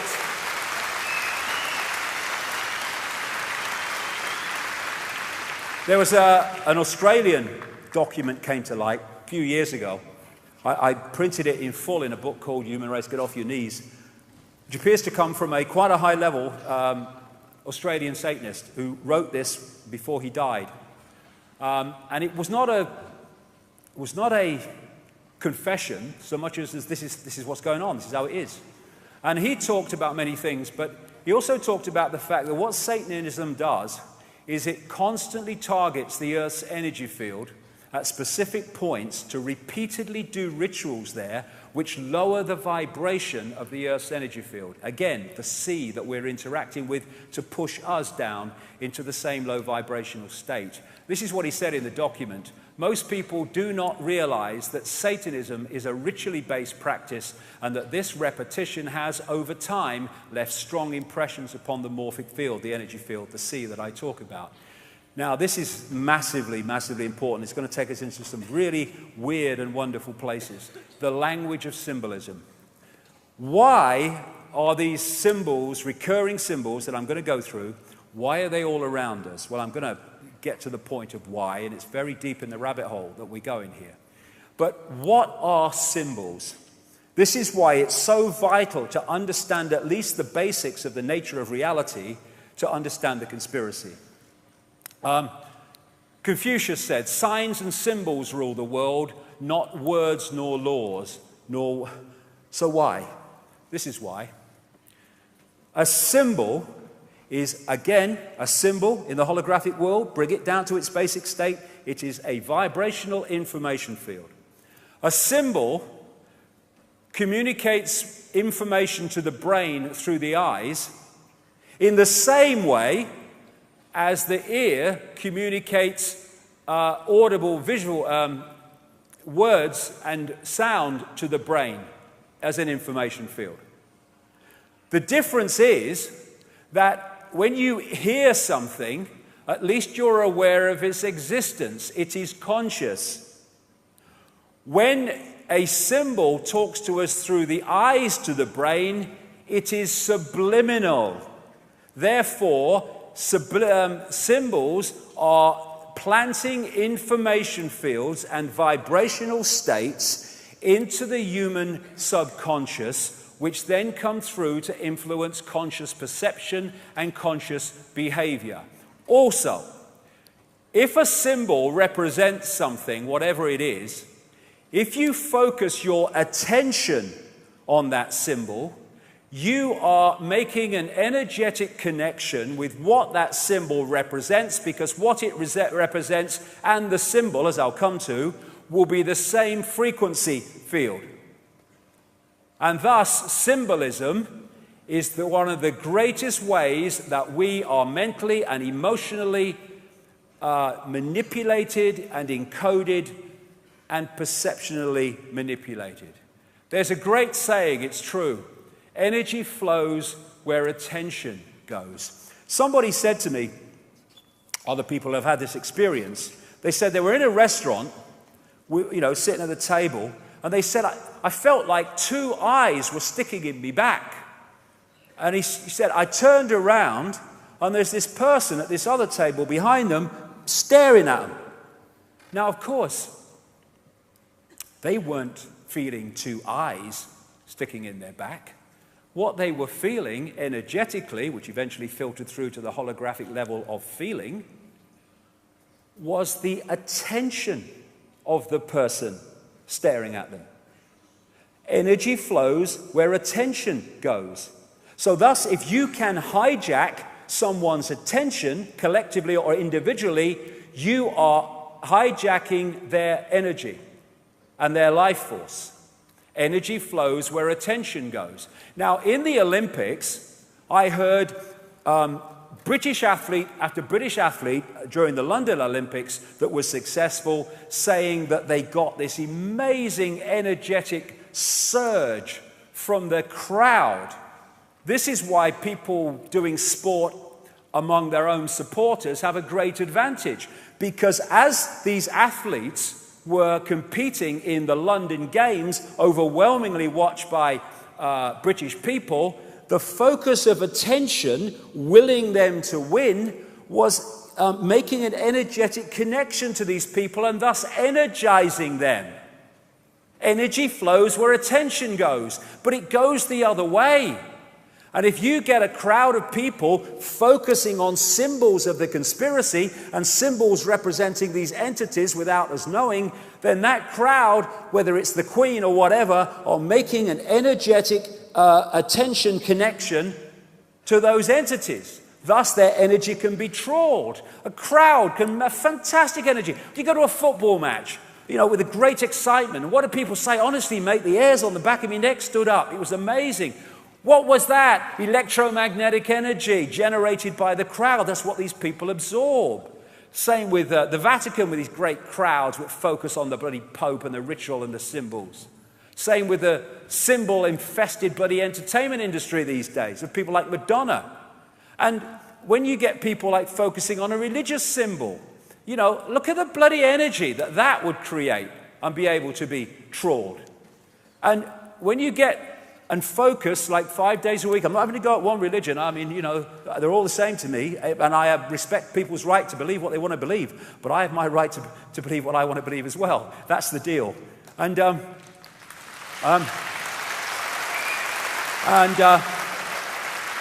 when you're focusing your attention like that, energy flows where attention goes. And thus, you have these secret societies that are also involved in energy trawling. And that brings me to this, which also goes into this, for reasons I'll come to. That Satanist in Australia talked about the abuse of children and what have you. And what is happening and the reason for it is that these entities operating outside of human sight, we'll call them archontic, they feed off human energy, yes, but there's a particular energy they want more than anything else, and that's the energy of children before puberty. We see puberty here as a hormonal change. You go back to the base construct, and it is a vibrational change which holographically expresses itself as hormonal change. These entities want that energy before the energy change happens. Therefore, they want the energy of prepubescent children. And how do they get it? They, through genetic reasons, because there's a lot of genetic pedophilia, but also through energy, what am I saying sorry to you? You exist. You're part of all that is this. Of course I'll say sorry to you. Sorry, mate. You're all right. I'm sure you'll see things from another angle eventually. But anyway, what I was saying, yes, they also energetically stimulate the desire for sex with children. Because what they're doing with the paedophilia is they're using the paedophile as the conduit to draw off the life force of the child. And that's why you find, as my research has shown over the years, a far higher ratio of paedophilia to these so-called elite levels in Satanism than you find in the general population. This is what a Central American shaman called Don Juan Matus said in a book by Carlos Castaneda some years ago. Sorcerers see infant human beings as strange luminous balls of energy, covered from the top to the bottom with a glowing coat, something like a coat of plastic adjusted tightly around a cocoon of energy. The glowing coat of awareness is what the predators consume, and when a human reached adulthood, all that is left in that fringe of awareness is a narrow fringe that goes from the ground to the top of the toes. That fringe permits mankind to keep on living, but only barely. So like I say, they're using the paedophile as the conduit to draw off the child's life force. That's what paedophilia is about, and that's why it's so prevalent, and that's why it's so incredibly prevalent in the institutional bloodline levels of society. And this Australian Satanist said, politicians, massive Satanism in politics around the world, politicians are introduced by a carefully graded set of criteria and situations that enable them to accept that their victims will be our little secret. Young children sexually abused, molested rather, and physically abused by politicians worldwide are quickly used as sacrifices. In Australia, the bodies are hardly ever discovered, for Australia is still a wilderness. In the other parts of the world, they control the crematoria and the great burial grounds around the world as well. And so I was not in the least bit surprised about him, because I was told about him in the late 1990s that he was into massive paedophilia and necrophilia, sex with dead bodies, which has just come out this week through a guy who talked about it on the radio. And the reason that Jimmy Savile, this entertainer who died in 2011, the reason he got away with it was because he was a procurer of children for the rich and famous. And he was very, very close to the British royal family. In fact, in his own words, he was introduced to the royal family by Lord Louis Mountbatten, who some researchers have connected to paedophilia in places like the King Cora Children's Home in Belfast. Edward Heath, the Prime Minister 70-74, who took us into the what is now the European Union, I named him as not just a paedophile, but a Satanist and serial child killer 7 years before he died. And he did nothing about it, because it's true. This guy, Thomas Hamilton, the killer of the children in Dunblane in 1996, he was a procurer of children for the rich and famous. That's why he was protected for so long. And that's why, in the official inquiry into what he did, some of the documents were put under lock and key, never to be seen, it was said, for 100 bloody years. Even a former head of Freemasons in Scotland, Lord Burton, said the Dunblane inquiry was a cover-up and that he was bullied when he tried to question it. And this very week, about 2 days ago, an MP raised in the House of Commons a question about paedophilia rings out of number 10. I've been naming this guy, the President of the United States, Father George Bush, as a paedophile and child killer since the 1990s. Said it in radio, said it on the BBC, didn't make the podcast, mind, but I've been saying it for years. It almost came out in this story in 1989, but then was put on hold and suppressed. And of course, the Roman Church, which is an expression of these bloodlines going way back, Church of Babylon, relocated, is infamous for paedophilia. This is the reason why. That's why you see naked children all over the Vatican when you go around. And what are demons doing in a sporting event ceremony around kids in hospital beds? Can you explain that to me? I thought that was bloody weird.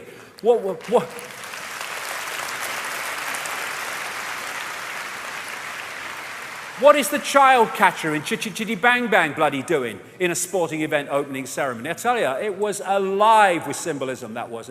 And I've been saying for years that these bloodlines drink the blood of children to rejuvenate themselves, and that's one major reason why they live so long. Queen Mother, 102. Prince Philip in his 90s. David Rockefeller, 97. Henry Kissinger, almost in his 90s. They live for so long. One reason is they get different treatment to us, but this is another. And this came out only the other day, that they've now found the amazing discovery, shaman in the ancient world have known it for thousands of years, that transfusions of young blood appear to rejuvenate the elderly. That's why they live for so long. Common themes. The eye. I'm going to whip through these now because we've still got a lot to get through in this section because of the way that this information fits together. The eye, the all-seeing eye, the single eye or the pyramid of an eye is a major symbol of these bloodlines going way back, and that's why it appears everywhere in all these institutions. The eye of Ra or Horus. It was on the hand on the necklace of the mysteries of Credo Mutua in the Zulu world. This was found in 1984 in Ecuador by miners, I think, digging for gold. There's the eye. There's 13 levels, and this is thousands of years old. And when you put it under ultraviolet light, it even glows luminous from the eye. Where is it today? There it is, on the dollar bill in the reverse of the Great Seal of the United States, and there are 13 levels. This is the constant recurring themes that I'm talking about, because the same force is behind all these apparently different organizations and institutions. There it is in Freemasonry. There it is with the pyramid as the logo of MI5. There it is in the building, basically, of MI6. In the Olympic ceremony, or one of them, you had the building of the pyramid, and then the almost homage bloody worship of it immediately afterwards. This is a Roman Catholic bloody church. Look at it. Because, why? The same thing. In the Olympics, you had the pyramid floodlights, and also the eyes in the mascots. And somebody put this together, and put that and that and that together, and said, you know, what's going on? Well, what's going on is the same force controls all these apparently different institutions, and thus they use the same symbols. They control the entertainment industry. And thus, that's not a bloody diamond, that's a bloody pyramid. Jay-Z. There you are, Madonna, she comes up a lot. Angelina Jolie, there's Lady Gaga, the eye of CBS. This is Gravity Falls, it's a Disney animated bloody program. There he is, there he is, there he is. What's this doing in an animated program? Because they put their symbols in front of us. The other thing you find is the number of pictures of celebrities where they have an eye, a hand over an eye. I'm not saying they all know. I mean, the photographer might say, oh, it'd be a good picture, put your hand over your eye. But the number of them emphasizing one eye is unbelievable. These are just a few. I mean, what is it with that? Another common theme, fire. The archons and the jinn were said to be from luminous fire and made of smokeless fire. One of the great symbols of these bloodlines is the phoenix, the firebird. And the light that Freemasons talk about is not the light that other people talk about. One of the great symbols of the bloodlines and the network is the lighted torch or the flame. And thus, at the closing ceremony of the Olympics in London, you had the massive emphasis on the phoenix because of the symbolism it represented. This is Manly P. Hall, a Freemasonic historian. I think he got to the 32nd degree of Freemasonry, in a book called Secret of All Ages, in which he's saying the eagle is actually just a publicly acceptable phoenix. European mysticism was not dead at the time of the United States of America was founded. The hand of the mysteries controlled in the establishment of the new government for the signature of the mysteries may still be seen on the Great Seal of the United States of America. Careful analysis of the seal discloses a massive occult and Masonic symbols, chief among them the so-called American eagle. The American eagle upon the Great Seal is but a conventionalized phoenix. And so many stories you read about demonic entities manifesting in rituals talk about them manifesting through fire. And fire is just a frequency. That's all it is. This is from a BBC documentary. This guy lights this newspaper simply from energy through his hands. It's just a frequency. And the frequency on other dimensions might not be the same as the one here.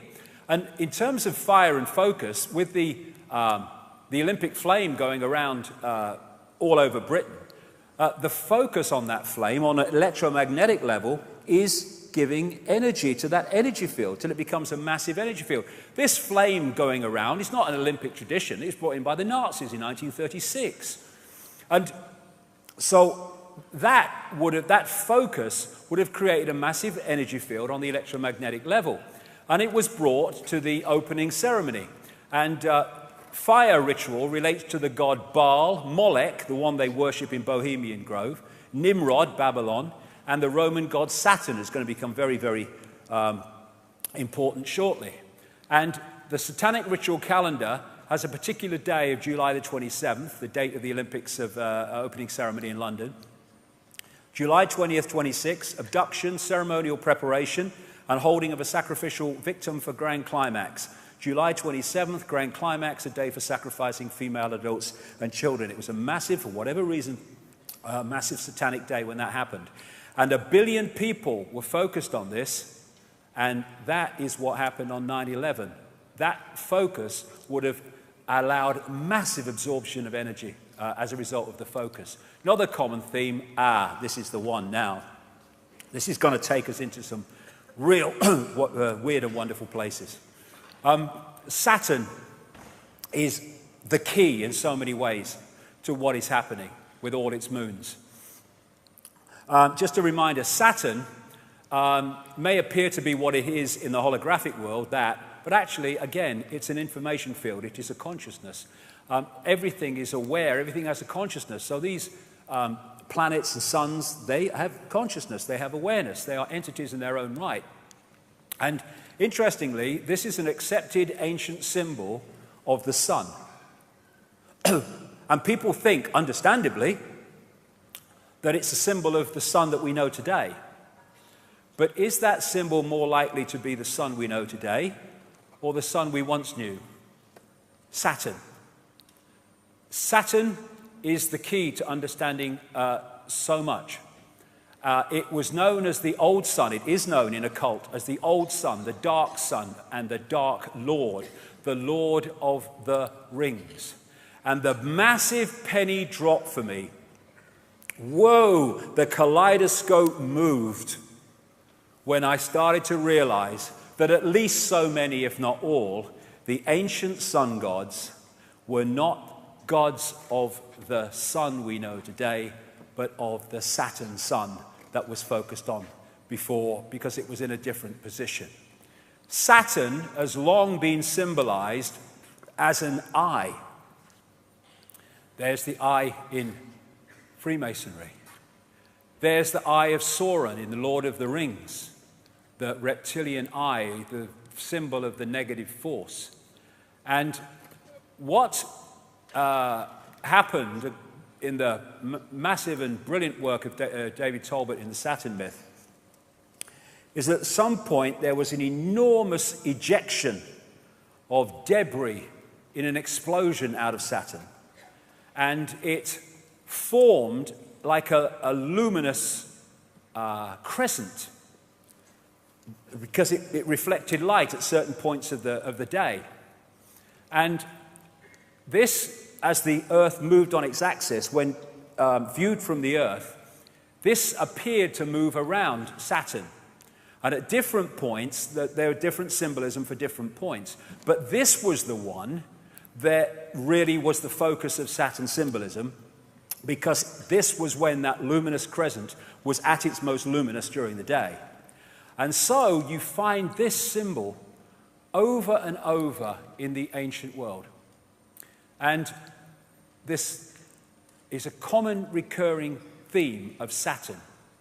And this, the crescent symbolically, and the disk of the Saturn sun, the dwarf star. And so from this came the horned god, the horned goddess. There is Madonna in her Super Bowl performance at halftime, which was so Saturn in its symbolism, it was laughable, including the fiery eye. And in the movie version of The Lord of the Rings, you had the crescent holding the eye of Sauron. In Arabia, or you look at that of the symbol of Islam, the star, the sun, and the crescent. And the Arabian god Sin was symbolized as a crescent. Here you go. And I would suggest, from David Talbot's point of view, and I think he's right, that this represents the crescent of Saturn. This is the guy who started a satanic Saturn organization or secret society out of Germany called the Brotherhood of Saturn. And there's that symbol of the sun, look, with a dot. That's Saturn, not the sun that we have today, and the horned god. Molech, who is symbolized at Bohemian Grove as the owl, is also symbolized as the bull, and there's the horns with Saturn in the middle. And so you have the bull gods of Mesopotamia. And the winged goddesses in that state, this was often symbolized as the goddess with her holding the god, her arms around the god, or her wings around the god.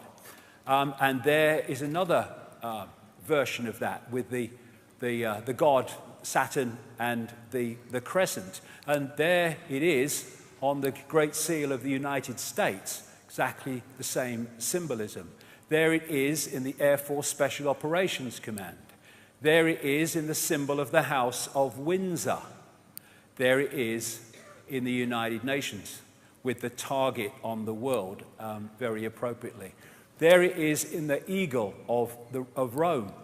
Here it is in Freemasonry. The flying disc of Egypt and other places is Saturn. And thus you have the Rosicrucian order, which connects into this network, using that flying disc symbolism. And so many of these logos carry the same symbolism. And in her Super Bowl performance, Madonna had the flying disc of Saturn. This is another ancient Saturn symbol because at some points, apparently it seemed to give off four very distinct lights, which became known as the four corners or the four rivers or the four ways. And so you find it, because of these bloodlines connecting into all these institutions, you find it in the Roman Church, you find it on the mace in the Houses of Parliament, you find it on the crown, you found it in the Celtic cross, and you find it in one of the major secret societies in the network, the House of Malta. It's known as the Maltese cross. It was also symbolized, this Saturn symbol and crescent, as the flying god in his flying boat. This is Horus in his heavenly boat. This is why it's used in the boats used in Freemasonry. This is a Freemasonic building on the Isle of Wight, funnily enough. And that is massive. I'm not saying Annie Lennox knew it was, just let's do this, it'd be a good idea. But that was massively Saturn symbolism when you watched it play out. Then you've got this symbol of the horned god, again, Saturn, Satan, as it also became known, which is you find with so many politicians. And Pat Robertson, this so-called Christian evangelist, yeah, okay. And talking of horns and horned gods, in astrology, Saturn is connected to Capricorn. And so one of the Saturn symbols is the goat. This again is the great Freemasonic historian Manly P. Hall, who said Pan, the goat god, was a composite creature, the upper part, with the exception of his horns, being human, and the lower part in the form of a goat. The god himself is a symbol of Saturn, because this planet is enthroned in Capricorn, whose emblem is a goat. That is what that is. Baphomet, worshipped by Satanists. It's a symbol of Saturn. And I'm going somewhere with this, because I'm going why they're focused on Saturn. So you have Baphomet. You have Beyonce, the wife of Jay-Z, with this big Baphomet ring, which is performing. You have Baphomet-dressed Lady Gaga, Baphomet-dressed Madonna, and you have Baroness Philippine de Rothschild from the wineries in France with a massive Baphomet necklace. And this is from the front cover of the Saturn myth, with the symbolism described of these lights that went off from Saturn at certain points, with the four main ones there. And there it is symbolized on one of these ancient tablets. And in St. Peter's Square, that is a mirror of the way that Saturn symbol looks. And there it is on the thing that he has his biscuit in, there, when he's doing his stuff. Now, this is inside the Mother Lodge of Freemasonry in Great Queen Street. Great Queen was the name of the Babylonian goddess, in London. Because, this will become significant in part 3, this crescent holding the sphere also became symbolized as twin pillars. And so you have Saturn, there's the crescent, being held up by the twin pillars. This is in one of the Freemasonic centers of the world in London. Numerologically, digitally, Saturn is number 8, and this has led to symbolism of Saturn in terms of the spider. Thus you have, in Madonna's Super Bowl performance, the winged disc symbolized with a spider in the center. Now this is fascinating. This is called the magic square of Saturn. And it's also, not by coincidence, the magic square of Freemasonry. And it's magic because of this reason. If you go that way, that way, that way, that way, or that way, or that way, all the numbers in the 3 blocks in line add up to 15. And in numerology, you keep adding numbers until they become a single number. And so 15 in numerological terms is 6. So 666, 666 in all directions.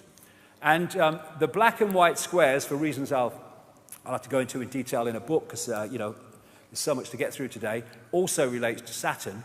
And so you have them in Freemasonic temples, black and white squares, and you have them in the major cathedrals, like Westminster Abbey and stuff, because of this connection I'm talking about. Now, this is called the sigil of Saturn. And they get this symbol by drawing in the magic square of Saturn from 1 to 2, and then to 3, from 4 to 5 to 6, etc. That's how they get it.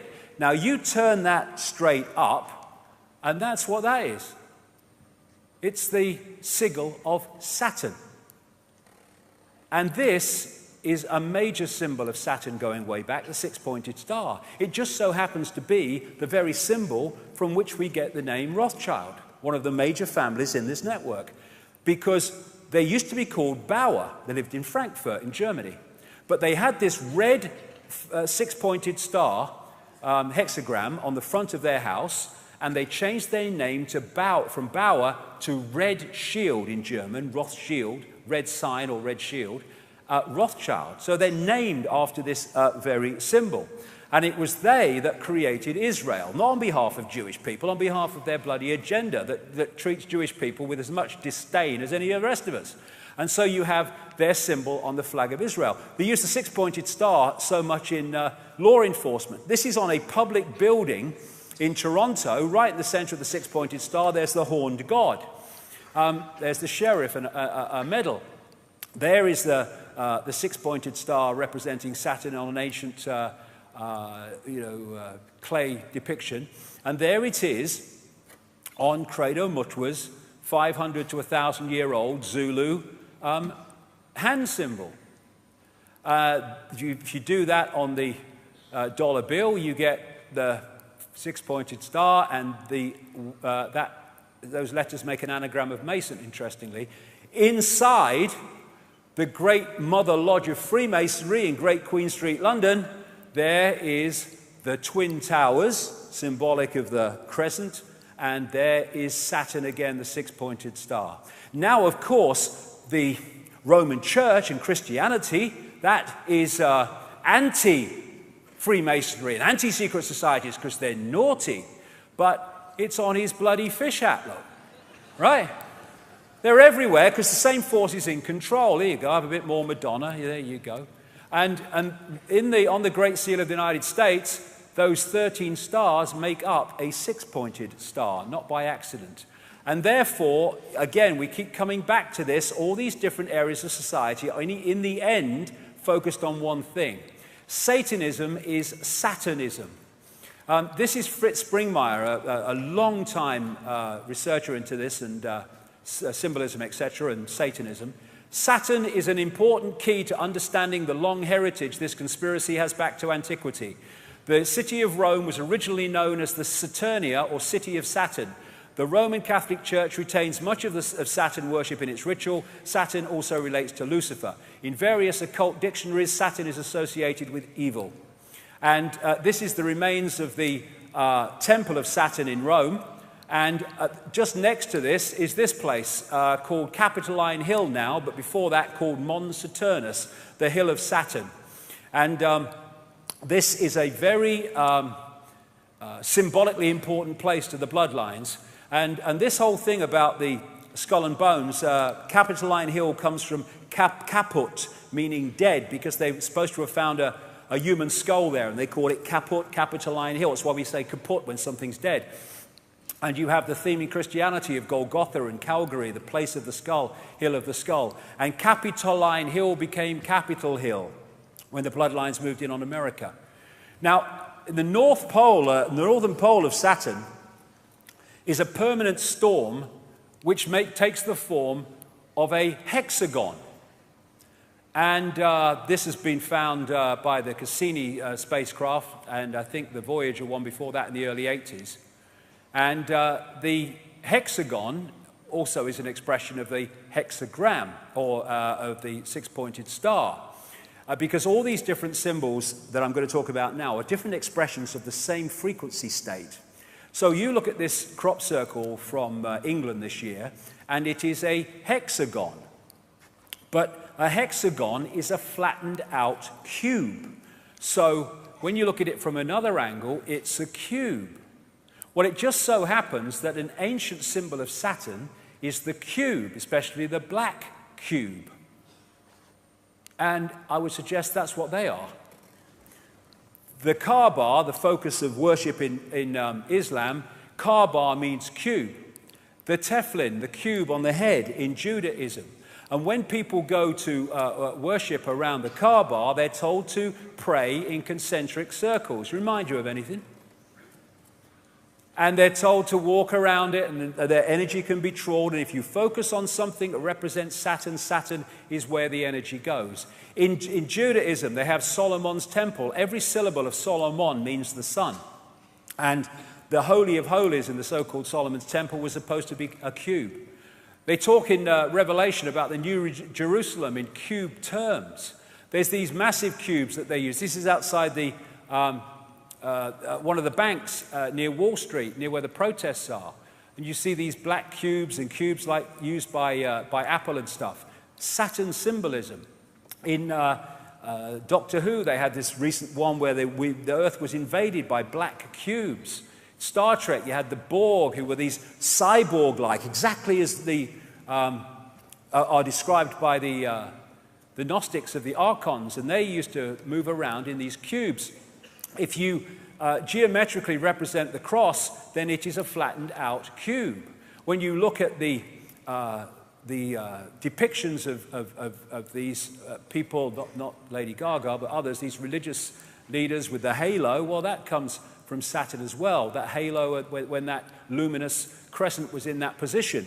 Astrologically, that's the symbol of Saturn. And what they symbolized this as was the sickle and the hammer. And when the Rothschilds created the Soviet Union, provable fact if you look at the evidence, they used the symbol of Saturn as the symbol of the Soviet Union. There's that symbol on this guy from the Brotherhood of Saturn. The Jesuits are a major secret society in this global network, and there's the symbol of Saturn in their symbolism very bloody clearly. The snake on the cross also relates to this in some ways. Now, this is going to take us forward here, because the god of Saturn of the Greeks was called Kronos. And Kronos was, because he was the god Saturn, the sickle, the scythe, was represented as holding the scythe, and also he was depicted as the god of time. And he had the beard, the white beard. And he became Old Father Time. That's Kronos. That's the god of Saturn. He also became the Grim Reaper, because Saturn is the planet, I say, son of death. And Kronos became crown, a symbol of the bloodlines. Kali, a goddess related to Saturn, it was called the Black One, and the goddess of time, depicted with a protruding tongue. There's Madonna again. I mean, she must have the bloody book she works through, this one. The god El, the Hebrew god El, was their god of Saturn.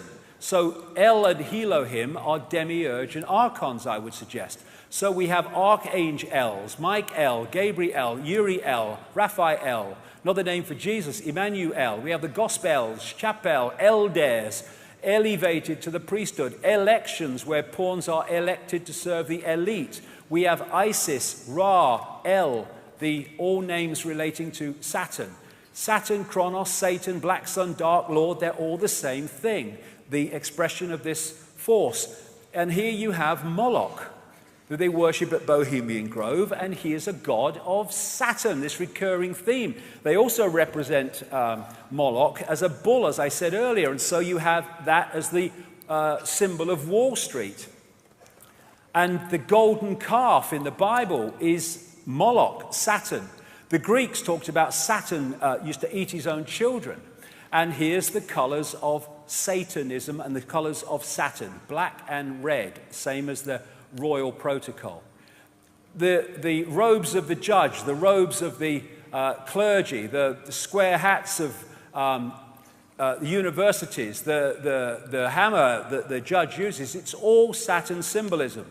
You see Saturn profusely used in symbolism of the corporate world. And this, this earth, wind, and fire, they got the bloody set. There's the eye, there's the six-pointed star, there's the step pyramid, there's the winged disc, and there's bloody Saturn. And then, therefore, you look at religions and secret societies and Satanism, they're worshipping Saturn. Then you look astrologically, in other words, energetically. Banking is astrologically ruled by Saturn. Politics and institutions of state at all levels, astrologically ruled by Saturn. Corporations, astrologically ruled by Saturn. Law and court system, astrologically ruled by Saturn. Science, astrologically ruled by Saturn. Saturn worship, Satan worship. And it's interesting that you have the god of Saturn, Kronos, with the beard, and represent, and all these bloody religions, they have bloody beards. And then you have God depicted as a man with a white beard on a cloud or on a throne, and there's God, Charlton Heston type God. That's Yahweh depicted with a beard and stuff. And then we have Santa with the white beard. Santa, anagram of Satan from Saturnalia. Saturnalia was a festival in Rome where they worshipped the god Saturn, and they gave, it was in the same period to the run-up to our Christmas, and they gave gifts, they decorated trees, and they hung sprigs of bloody holly. So that is Saturn symbolism, a man with a white beard. This is Ancient of Days, a painting by William Blake from, I think, 1794 or something like that. Ancient of Days is an old name for God. And he's depicting God. He was a very deep esoteric thinker and great knowledge, William Blake. And he's depicting God with the white beard. That's Saturn, Kronos. On the GE building in the Rockefeller Center in New York, there's Kronos again. Now, the Freemasons, they call their God the great architect of the universe. The demiurge was known by the Gnostics as the great architect of the universe. Which brings us to the white-bearded architect of the Matrix, the Matrix movie series. So where is this leading us? Well, again, this needs to go, if we're going to go anywhere with this, because I'm going into fantastic areas here, but this is where the information has taken me very, very clearly. And the hardest thing to see is what is in front of your eyes, as this man rightly said. The Gnostics talked about the fact that the archons make something appear to happen that does not actually happen. They can induce a virtual reality experience. The Islamic people and pre-Islamic people talk about the jinn manipulating humans by creating illusions. I was in New York in 2010, and someone took me to the subway station for Ground Zero. And when I saw it, it was like, whoa, it hit me big time. There was, first of all, this eyes all along the platforms, but there is this massive depiction of the world on the floor, and then there's an eye, and going out from this eye are these broadcast transmissions. And that hit me so powerfully. Neil Haig was with me, and we kind of looked at each other and said, that's Saturn, isn't it? And remember, physicists have said only this last few days, they may have evidence the universe is a computer simulation. Well, I say that it's a virtual reality, which has been hacked into, and that hack is the reality that we're experiencing, the fake reality. And that hack, I say, comes from Saturn. Because I'm saying that these rings are actually a massive broadcast transmission system which is broadcasting a fake reality within the frequency range that we are decoding, and therefore we are picking up that fake reality. When the Cassini spacecraft arrived at Saturn in 2004, found many things that was unexplainable, you know, things like the hexagon North Pole storm and stuff like that. But they also found extraordinarily powerful sound coming from Saturn. This is part of what they recorded.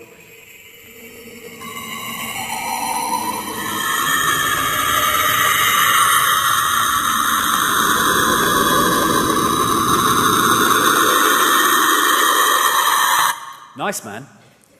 And I got sent this by a sound engineer, works in sound engineering for a living, and it's one of the rings of Saturn, and he said, I see that every day.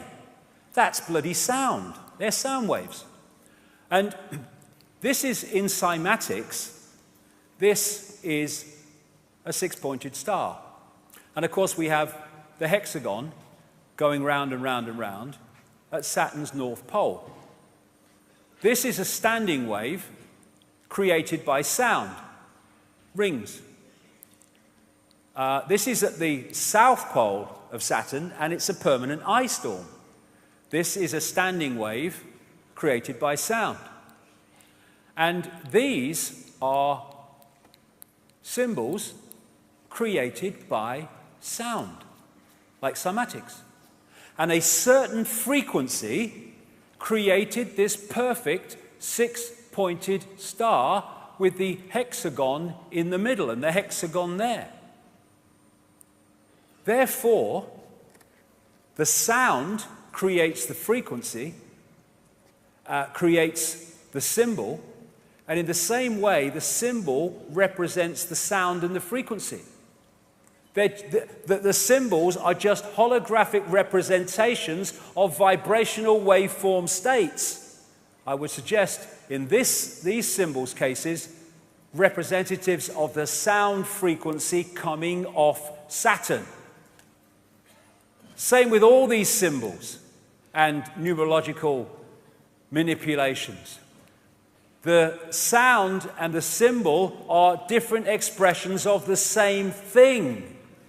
Thus, if we, in the holographic realm, are constantly bombarded with these symbols, it is on an energetic level feeding us the frequency field of what they represent.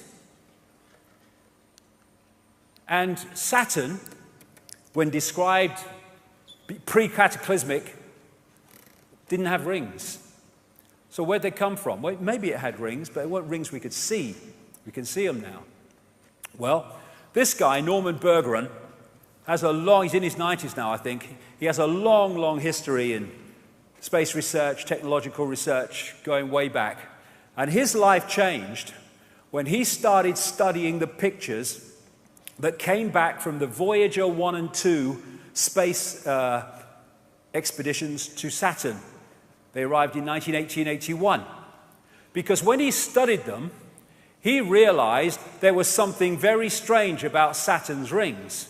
And he said this in his book, The Ring Makers of Saturn. Several years ago, a number of folks in the astronomy and physics world began theorizing that these rings had to be much younger than the universe, perhaps only about 100 million years old. But one pair of pictures shows a change in 5 minutes. An impression is conveyed that the latest reported measurements purport to be the true ones, when in reality, all might quite nearly be correct at the time of observation. General reluctance to accept variable ring system geometry occurs because of apparent failure to identify a physical mechanism suitable for producing recurrent change. In other words, classic mainstream science, if we can't explain it, we'll kid ourselves it doesn't exist. And he also found these in the pictures coming back from Voyager, and the Cassini ones found them too. And he calls them electromagnetic vehicles, and they are massive. Some of them several times bigger than the Earth.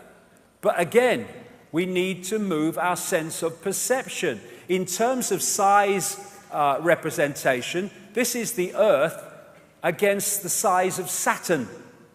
We're not talking the same perception of big in terms of outside of the Earth. And here are some of the other pictures of these electromagnetic vehicles picked up by these NASA craft. Why aren't they all in the papers being talked about? You'd think, what the hell is this? No, nothing. Thanks to Bergeron, we've seen their existence. This is the Hubble telescope that's picked one of them up. Look at the size of the bloody thing. And here's a few Cassini spacecraft pictures, still pictures put together. What the hell is that? Exactly what Bergeron was describing from Voyager. And this is the other thing. He found pictures of stuff spewing out of these electromagnetic vehicles into the rings of Saturn and bloody making them or extending them. And what is said to be in the rings of Saturn, I guess thus that's why we can see them, is like ice and stuff. I think, and I would suggest that eventually they will realize that there is a crystal substance being put into those rings that has a dramatic impact on their ability to transmit information. In 2009, NASA released this picture, which is a ring around Saturn, which is from 3.7 million miles out to 7.4 million, and that ring could encompass 1 billion Earths. I suggest that there are rings that we can see, but there are sound rings that we can't see that are coming out across, and we're picking them up. They make something appear to happen that does not actually happen. They can induce a virtual reality experience. The Saturn matrix, as I call it, is a frequency band which we are decoding as a fake reality. And I suggest, my view, we will find that the edge of that frequency band is what we call the speed of light. And beyond it, you go out of the matrix. And when all the genetic tinkering that the ancients talked about went on, the human form was being manipulated to be tuned in to receive and transmit within the frequency band of this Saturn broadcast, and pulling people from a heart state beyond the matrix into an emotional point of interaction massively in the matrix was a major way of tuning us into this fake reality. We talk about people who don't think for themselves as being in the box. Maybe we ought to say that they're in the cube.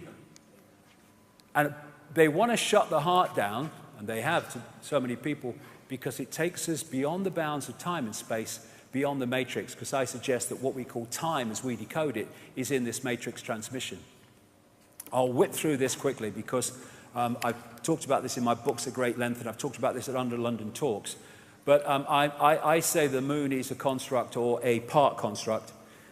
This is a book called Who Built the Moon by Christopher Knight and Alan Butler. It's absolutely brilliant in the way that it puts the case for the moon not being real in terms of a natural body. But interestingly, what they find in that book is the mathematics and geometry between the sun, the moon, and the earth are fantastic in terms of their synchronicity, and it does not apply in any way to the rest of the solar system. And the Gnostic writings found in Nag Hammadi in 1945, 1,600 years old or more, say that this is a separate system operating within the Archon system of the inorganic universe. They say in the book, the authors, the maths involved in the Earth, Moon, Sun system is nothing less than staggering, and that the moon has been put there with the accuracy of the proverbial Swiss watchmaker. So when viewed from the Earth, it's the size of the sun at an eclipse. The BBC did a program, Do We Really Need the Moon? And it said the moon is now in a perfect position to sustain life on Earth in its effect on the Earth, but it's just a coincidence. I think not. We only see the near side of the moon. We don't see the far side of the moon. And the authors say in that book, the moon is bigger than it should be, apparently older than it should be, much lighter in mass than it should be. It occupies an unlikely orbit and is so extraordinary that all existing explanations for its presence are fraught with difficulties, and none of them could be considered remotely watertight. The mainstream theory is that the Earth was hit by a Mars-type planet when it was forming, and a chunk came off and became the moon, called the whack theory. That didn't pan out, so they came up with a double whack theory, where it was hit by the planet, it went away and gave it another smack, and then it became the moon. Now, of course, it doesn't pan out because it's nonsense. They don't know. Why don't they just say it's not a bad thing we don't know? There's lots of things we don't know. The best explanation for the moon is observational error. The moon doesn't exist, said this scientist at the Smithsonian Center for Astrophysics. It's easier to explain the non-existence of the moon than its existence, blah, blah, blah. It goes on and on. And you know, I'll go through this because I don't want to run over too much time. I'll just mention a few things about the moon. These two scientists from the Soviet Academy of Sciences wrote a detailed article in 1970 headed, "Is the Moon the Creation of an Alien Intelligence?" And they explained in scientific terms why the moon cannot be a natural body, and in doing so explained all the anomalies that, if it is a natural body, cannot be explained. This guy, Sergeant Wolf, talked at the National Press Club a few years ago and told of his experiences on the inside at NASA, where he saw things like alien bases on the moon and stuff like that. And there's all these towers and strange phenomenon, like this blue light called blue gem or blue dome that they can't explain on the moon. And these artifacts on the moon that clearly are not natural. Look at that one. What the bloody hell is that? They can't explain them. They don't talk about them. These are pictures of what are claimed to be statues on the moon. There's so much we don't know. In symbolic terms, maybe in a bit more than that, the moon is a bit like the Death Star of this big-time insider, George Lucas, in the sense that it's actually some kind of technological construct. And it's my view, as I've said before in previous books, that what the moon is doing, in its present use anyway, is taking this Saturn broadcast and acting as an amplifier to fire it at the Earth, so we get it in massively increased power and therefore effect. It's acting a bit like a dish transmitting information which we're picking up and decoding into a fake reality. Now, 9 months after I'd written that in a book called The Human Race Get Off Your Knees, someone sent me an email from Brazil, I think it was, a lady, and said, "Have you read this book, Earth, by Barbara Marciniak? Because I've just read your book and I think you'd find it interesting." And she sent me some page numbers. Barbara Marciniak is what they call a channel. And lots of channels are not channels. They just think they are. But, you know, if you get a genuine one, then you can get out there and bring information out from other dimensions into this one. You can get some profound information that way. And she's done a lot of great stuff, Barbara Marciniak. I've met her a few times. Anyway, I hadn't read Earth. I'd read the first book that she wrote, but not Earth. Anyway, I sent for it. I went through the page numbers, and I'm like, whoa, this is 9 months after I've said this stuff in Human Race Get Off Your Knees. And this was a channeled book, and this is what was in the book. 1996, I think this came out. The moon is a very powerful electromagnetic computer. The energy from the moon has been beaming electromagnetic frequencies onto the Earth for eons now to maintain the two-stranded DNA. The moon is a satellite that was constructed. It was anchored outside Earth's atmosphere as a mediating and monitoring device, a supercomputer or eye in the sky. Earth must be owned by those who dwell there. However, it is not. You have outside gods, creator energies, who prevent you as a species from having free reign with your kundalini. That's the energy of awakening, in effect. The influence of the moon as a main satellite computer affects all of the Earth. The moon's programs have for eons been of great limitation towards human beings. There are repetitive cycles that the moon creates to which you respond. The tales about the full moon and insanity, madness and heightened bleeding are all quite true. You know that television influences you a great deal. The moon is the same way. And astrologically, just as a very quick aside, when that great rearrangement happened, of course, astrologically, everything changed as well in terms of the influence of the astrological energies upon the human perception, because suddenly all these bodies are in different positions to where they were before. So the Saturn-Moon matrix, as I call it, I say anyway, is generating a frequency band, a fake reality, which we are decoding to be what seems to be a real reality, and the genetic manipulation has tuned us into it and created this cycle of round and round the garden. It's coming, it's coming, it's coming, as the guy said in the video. And Neil Haig has this concept of moonopoly, or Saturn moonopoly. And it goes like this. You get up in the morning and you have your breakfast and then you go to work. And then you have your lunch, sandwich normally, and then I go to work, and then I go home, and then I have my tea, and then I watch a bit of telly, and then I go to bed. Then I get up and I go to work, and then I have my lunch, sandwich normal. And I mean, look at us. We are infinite consciousness, infinite awareness. All there is, has been, and ever can be.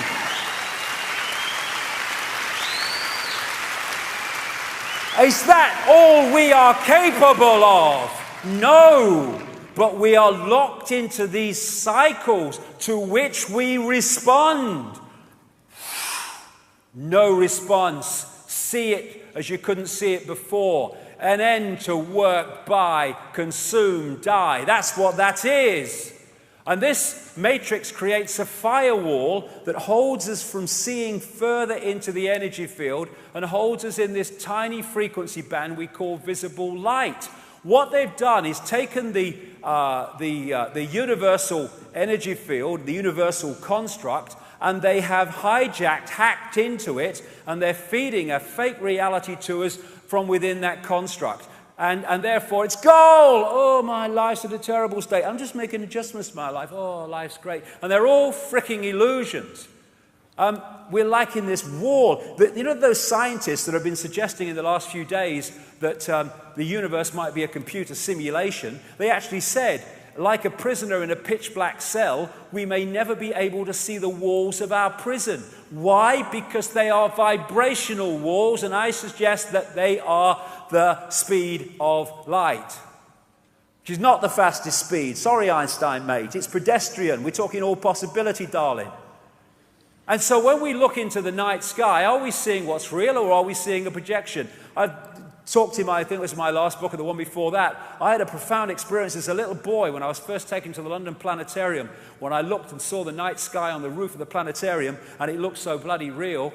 And it hit me, and it's never left me, that actually when I look at the night sky, that ain't actually what I'm looking at.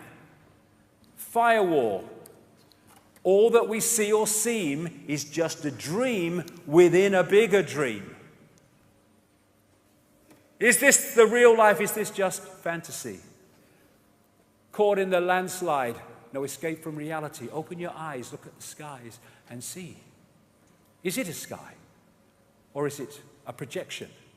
And so, when we come to the Matrix, and this scene in the Matrix, I call it the Saturn-Moon Matrix, maybe connected to other things we don't know yet. This is so real, and so the world we live in. If you add two words, the Saturn-Moon matrix is everywhere. It is all around us, even now in this very room. You can see it when you look out your window or you turn on your television. You can feel it when you go to work, when you go to church, when you pay your taxes. It is the world that has been pulled over your eyes to blind you from the truth. What truth? That you are a slave, Neil. Like everyone else, you were born into bondage, born into a prison that you cannot smell or taste or touch, a prison for your mind. Archon world. We live in an Archon world. I'm going to bring this down now before we have a break. I'll bring this down into the world that we live in now. This guy, a great cosmologist who knew far more than he was saying or was allowed to say, Carl Sagan, he wrote a book, The Dragons of Eden, in which he talked about the fundamental importance of understanding the reptilian impact of reptilian genetics on human behavior. Because the reptilian brain fundamentally affects human behavior. And I suggest that before the genetic tinkering, either that wasn't there or was nothing like as powerful as it is now. And I came across these books after I was a long way down the line. I came across these books by Carlos Castaneda, in which he was quoting a Central American shaman called Don Juan Matos. And when I read some of the stuff in these books that this shaman had said, it was like, whoa, we talk about confirmation. He talks about the archons and the jinn in exactly the same terms, but he calls them the flyers. But they're the same entities. And this is what he said about them in the books. We have a predator that came from the depths of the cosmos and took over the rule of our lives. Human beings are its prisoners. The predator is our lord and master. It has rendered us docile, helpless. If we want to protest, it suppresses our protest. If we want to act independently, it demands we don't do so. Indeed, we are held prisoner. They took over us because we are food to them, energy. And they squeeze us mercilessly because we are their sustenance. Just as we rear chickens in coops, the predators rear us in human coops, human eros. Therefore, their food is always available to them. The Matrix is a computer-generated dream world built to keep us under control in order to change a human being into this. Think, Matters said for a moment, and tell me how you would explain the contradictions between the intelligence of man the engineer and the stupidity of his systems of belief, or the stupidity of his contradictory behavior. Sorcerers believe that the predators have given us our systems of beliefs, yes, our ideas of good and evil, our social mores. They are the ones who have set up our dreams of success or failure. They have given us covetousness, greed, and cowardice. It is the predator who makes us complacent, routinary, and egomaniacal, feeding the wolf. In order to keep us obedient and meek and weak, the predators have engaged themselves in a stupendous maneuver. Stupendous, of course, from the point of view of a fighting strategist, a horrendous maneuver from the point of those who suffer it. They gave us their mind. The predator's mind is baroque, contradictory, morose, filled with the fear of being discovered any minute now. They gave us their mind, and that, I suggest, is how they've done it. And they also, more than gave us our mind, they gave us their frequency via junk or non-coding DNA. We are at last, hallelujah, brother and sister, having mainstream scientists seeing the blatant, beyond belief, obvious that 98% of DNA, which they have called junk because they didn't know what it did and said it had no function, actually does, stands back in amazement, have a function. And in that 98% of DNA, non-coding DNA, are programs, behavior programs, perception programs, emotional programs that if we are not beyond mind-body conscious, we lock into and they become us. People in that state, I suggest, it is very possible, and I say highly likely, they can go through an entire human lifetime and not have an original thought or emotional response that isn't coming from the program. This is Boston University and Harvard Medical School research. They examined 37 DNA sequences containing at least 50,000 base pairs and one with 2.2 million base pairs. Lead researcher Eugene Stanley. Non-coding DNA sequences do contain a structured language fundamentally unlike the coding in genes. We therefore need to consider the possibility that the junk DNA may carry some kind of message. Yes, it does, many. And one of them is the human control system, when we're pulled into body-mind. Russian DNA research. It appears that the languages we were looking for are in fact hidden in the 98% junk DNA contained in our own genetic apparatus. The basic principle of these languages is similar to the language of holographic images based on the principles of laser radiations of the genetic structures which operate together as a quasi-intelligent system. And this recent announcement by this institute at the Harvard Medical School, all data that humanity creates in a year can be stored on 4 grams of DNA. That's how much information we have in the human structure. And therefore, if you can put emotional programs, emotional response programs into the genetic structure, and then create a society designed to constantly trigger those programs, then you can have a massive, constantly recurring tidal wave of low vibrational emotional energy. And when you, to feed off, and when you go beyond the body, like with Jill Bolte Taylor earlier, or these near-death experiences, what is the common theme when they go beyond the body? I felt calm, at peace, I just was. There was no thought pattern and no human emotion. Because so much of it is coming from the body. It's a program. And when you go into the heart and you go beyond time and space, you stop reacting in the sense of the program, and you stop delivering the food, the sustenance of that which is behind it. I did not judge and did not feel I was judged. I loved being in that painless state of existence. And if you want to feed off human energy, low vibrational, if you've got these programs within the human genetic structure generating that energy, well, you're home and bloody dry. This is the mind that we've been connected to. Why do rules have power over our minds? It's all about rules, because it's all about control. And this part of the brain, the reptilian brain, where we get cold-blooded behavior, territoriality, desire to control, right is might, and all that stuff, might is right, that is massively part of the reaction system. Because the reptilian brain is about survival. It's about constantly scanning the environment for threats to survival, not just physical survival, but survival financially, survival of the job, survival of the relationship. Be afraid, be very afraid, because the big bad monster's coming as soon as we've invented him. This is why we're constantly given reasons to be frightened, because that locks us into the reptilian brain and therefore into this collective mind. And Don Juan Matus said, I know that even now, though you never have suffered hunger, you have food anxiety, which is none other than the anxiety of the predator who fears that at any moment now its maneuver is going to be uncovered and food is going to be denied. Through the mind, which after all is their mind, the predators inject into the lives of human beings whatever is convenient for them, and they ensure in this manner a degree of security to act as a buffer against their fear. Sorcerers of ancient Mexico reasoned that man must have been a complete being at one point, with stupendous insights, feats of awareness that are mythological legends nowadays. Absolutely. And then everything seems to disappear, and we have now a sedated man. What I'm saying is that what we have against us is not a simple predator. It is very smart and organized. It follows a methodical system to render us useless.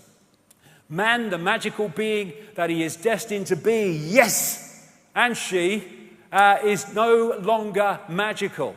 He's an average piece of meat.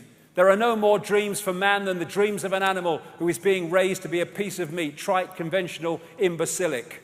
Control of perception. And if you look at the Avatar movie, it is so symbolic because you had the Heart Society, and it was taken over. This connected society of greater awareness was taken over by this left brain, merciless, heartless invasion by symbolically Earth troops with their technology and all that stuff.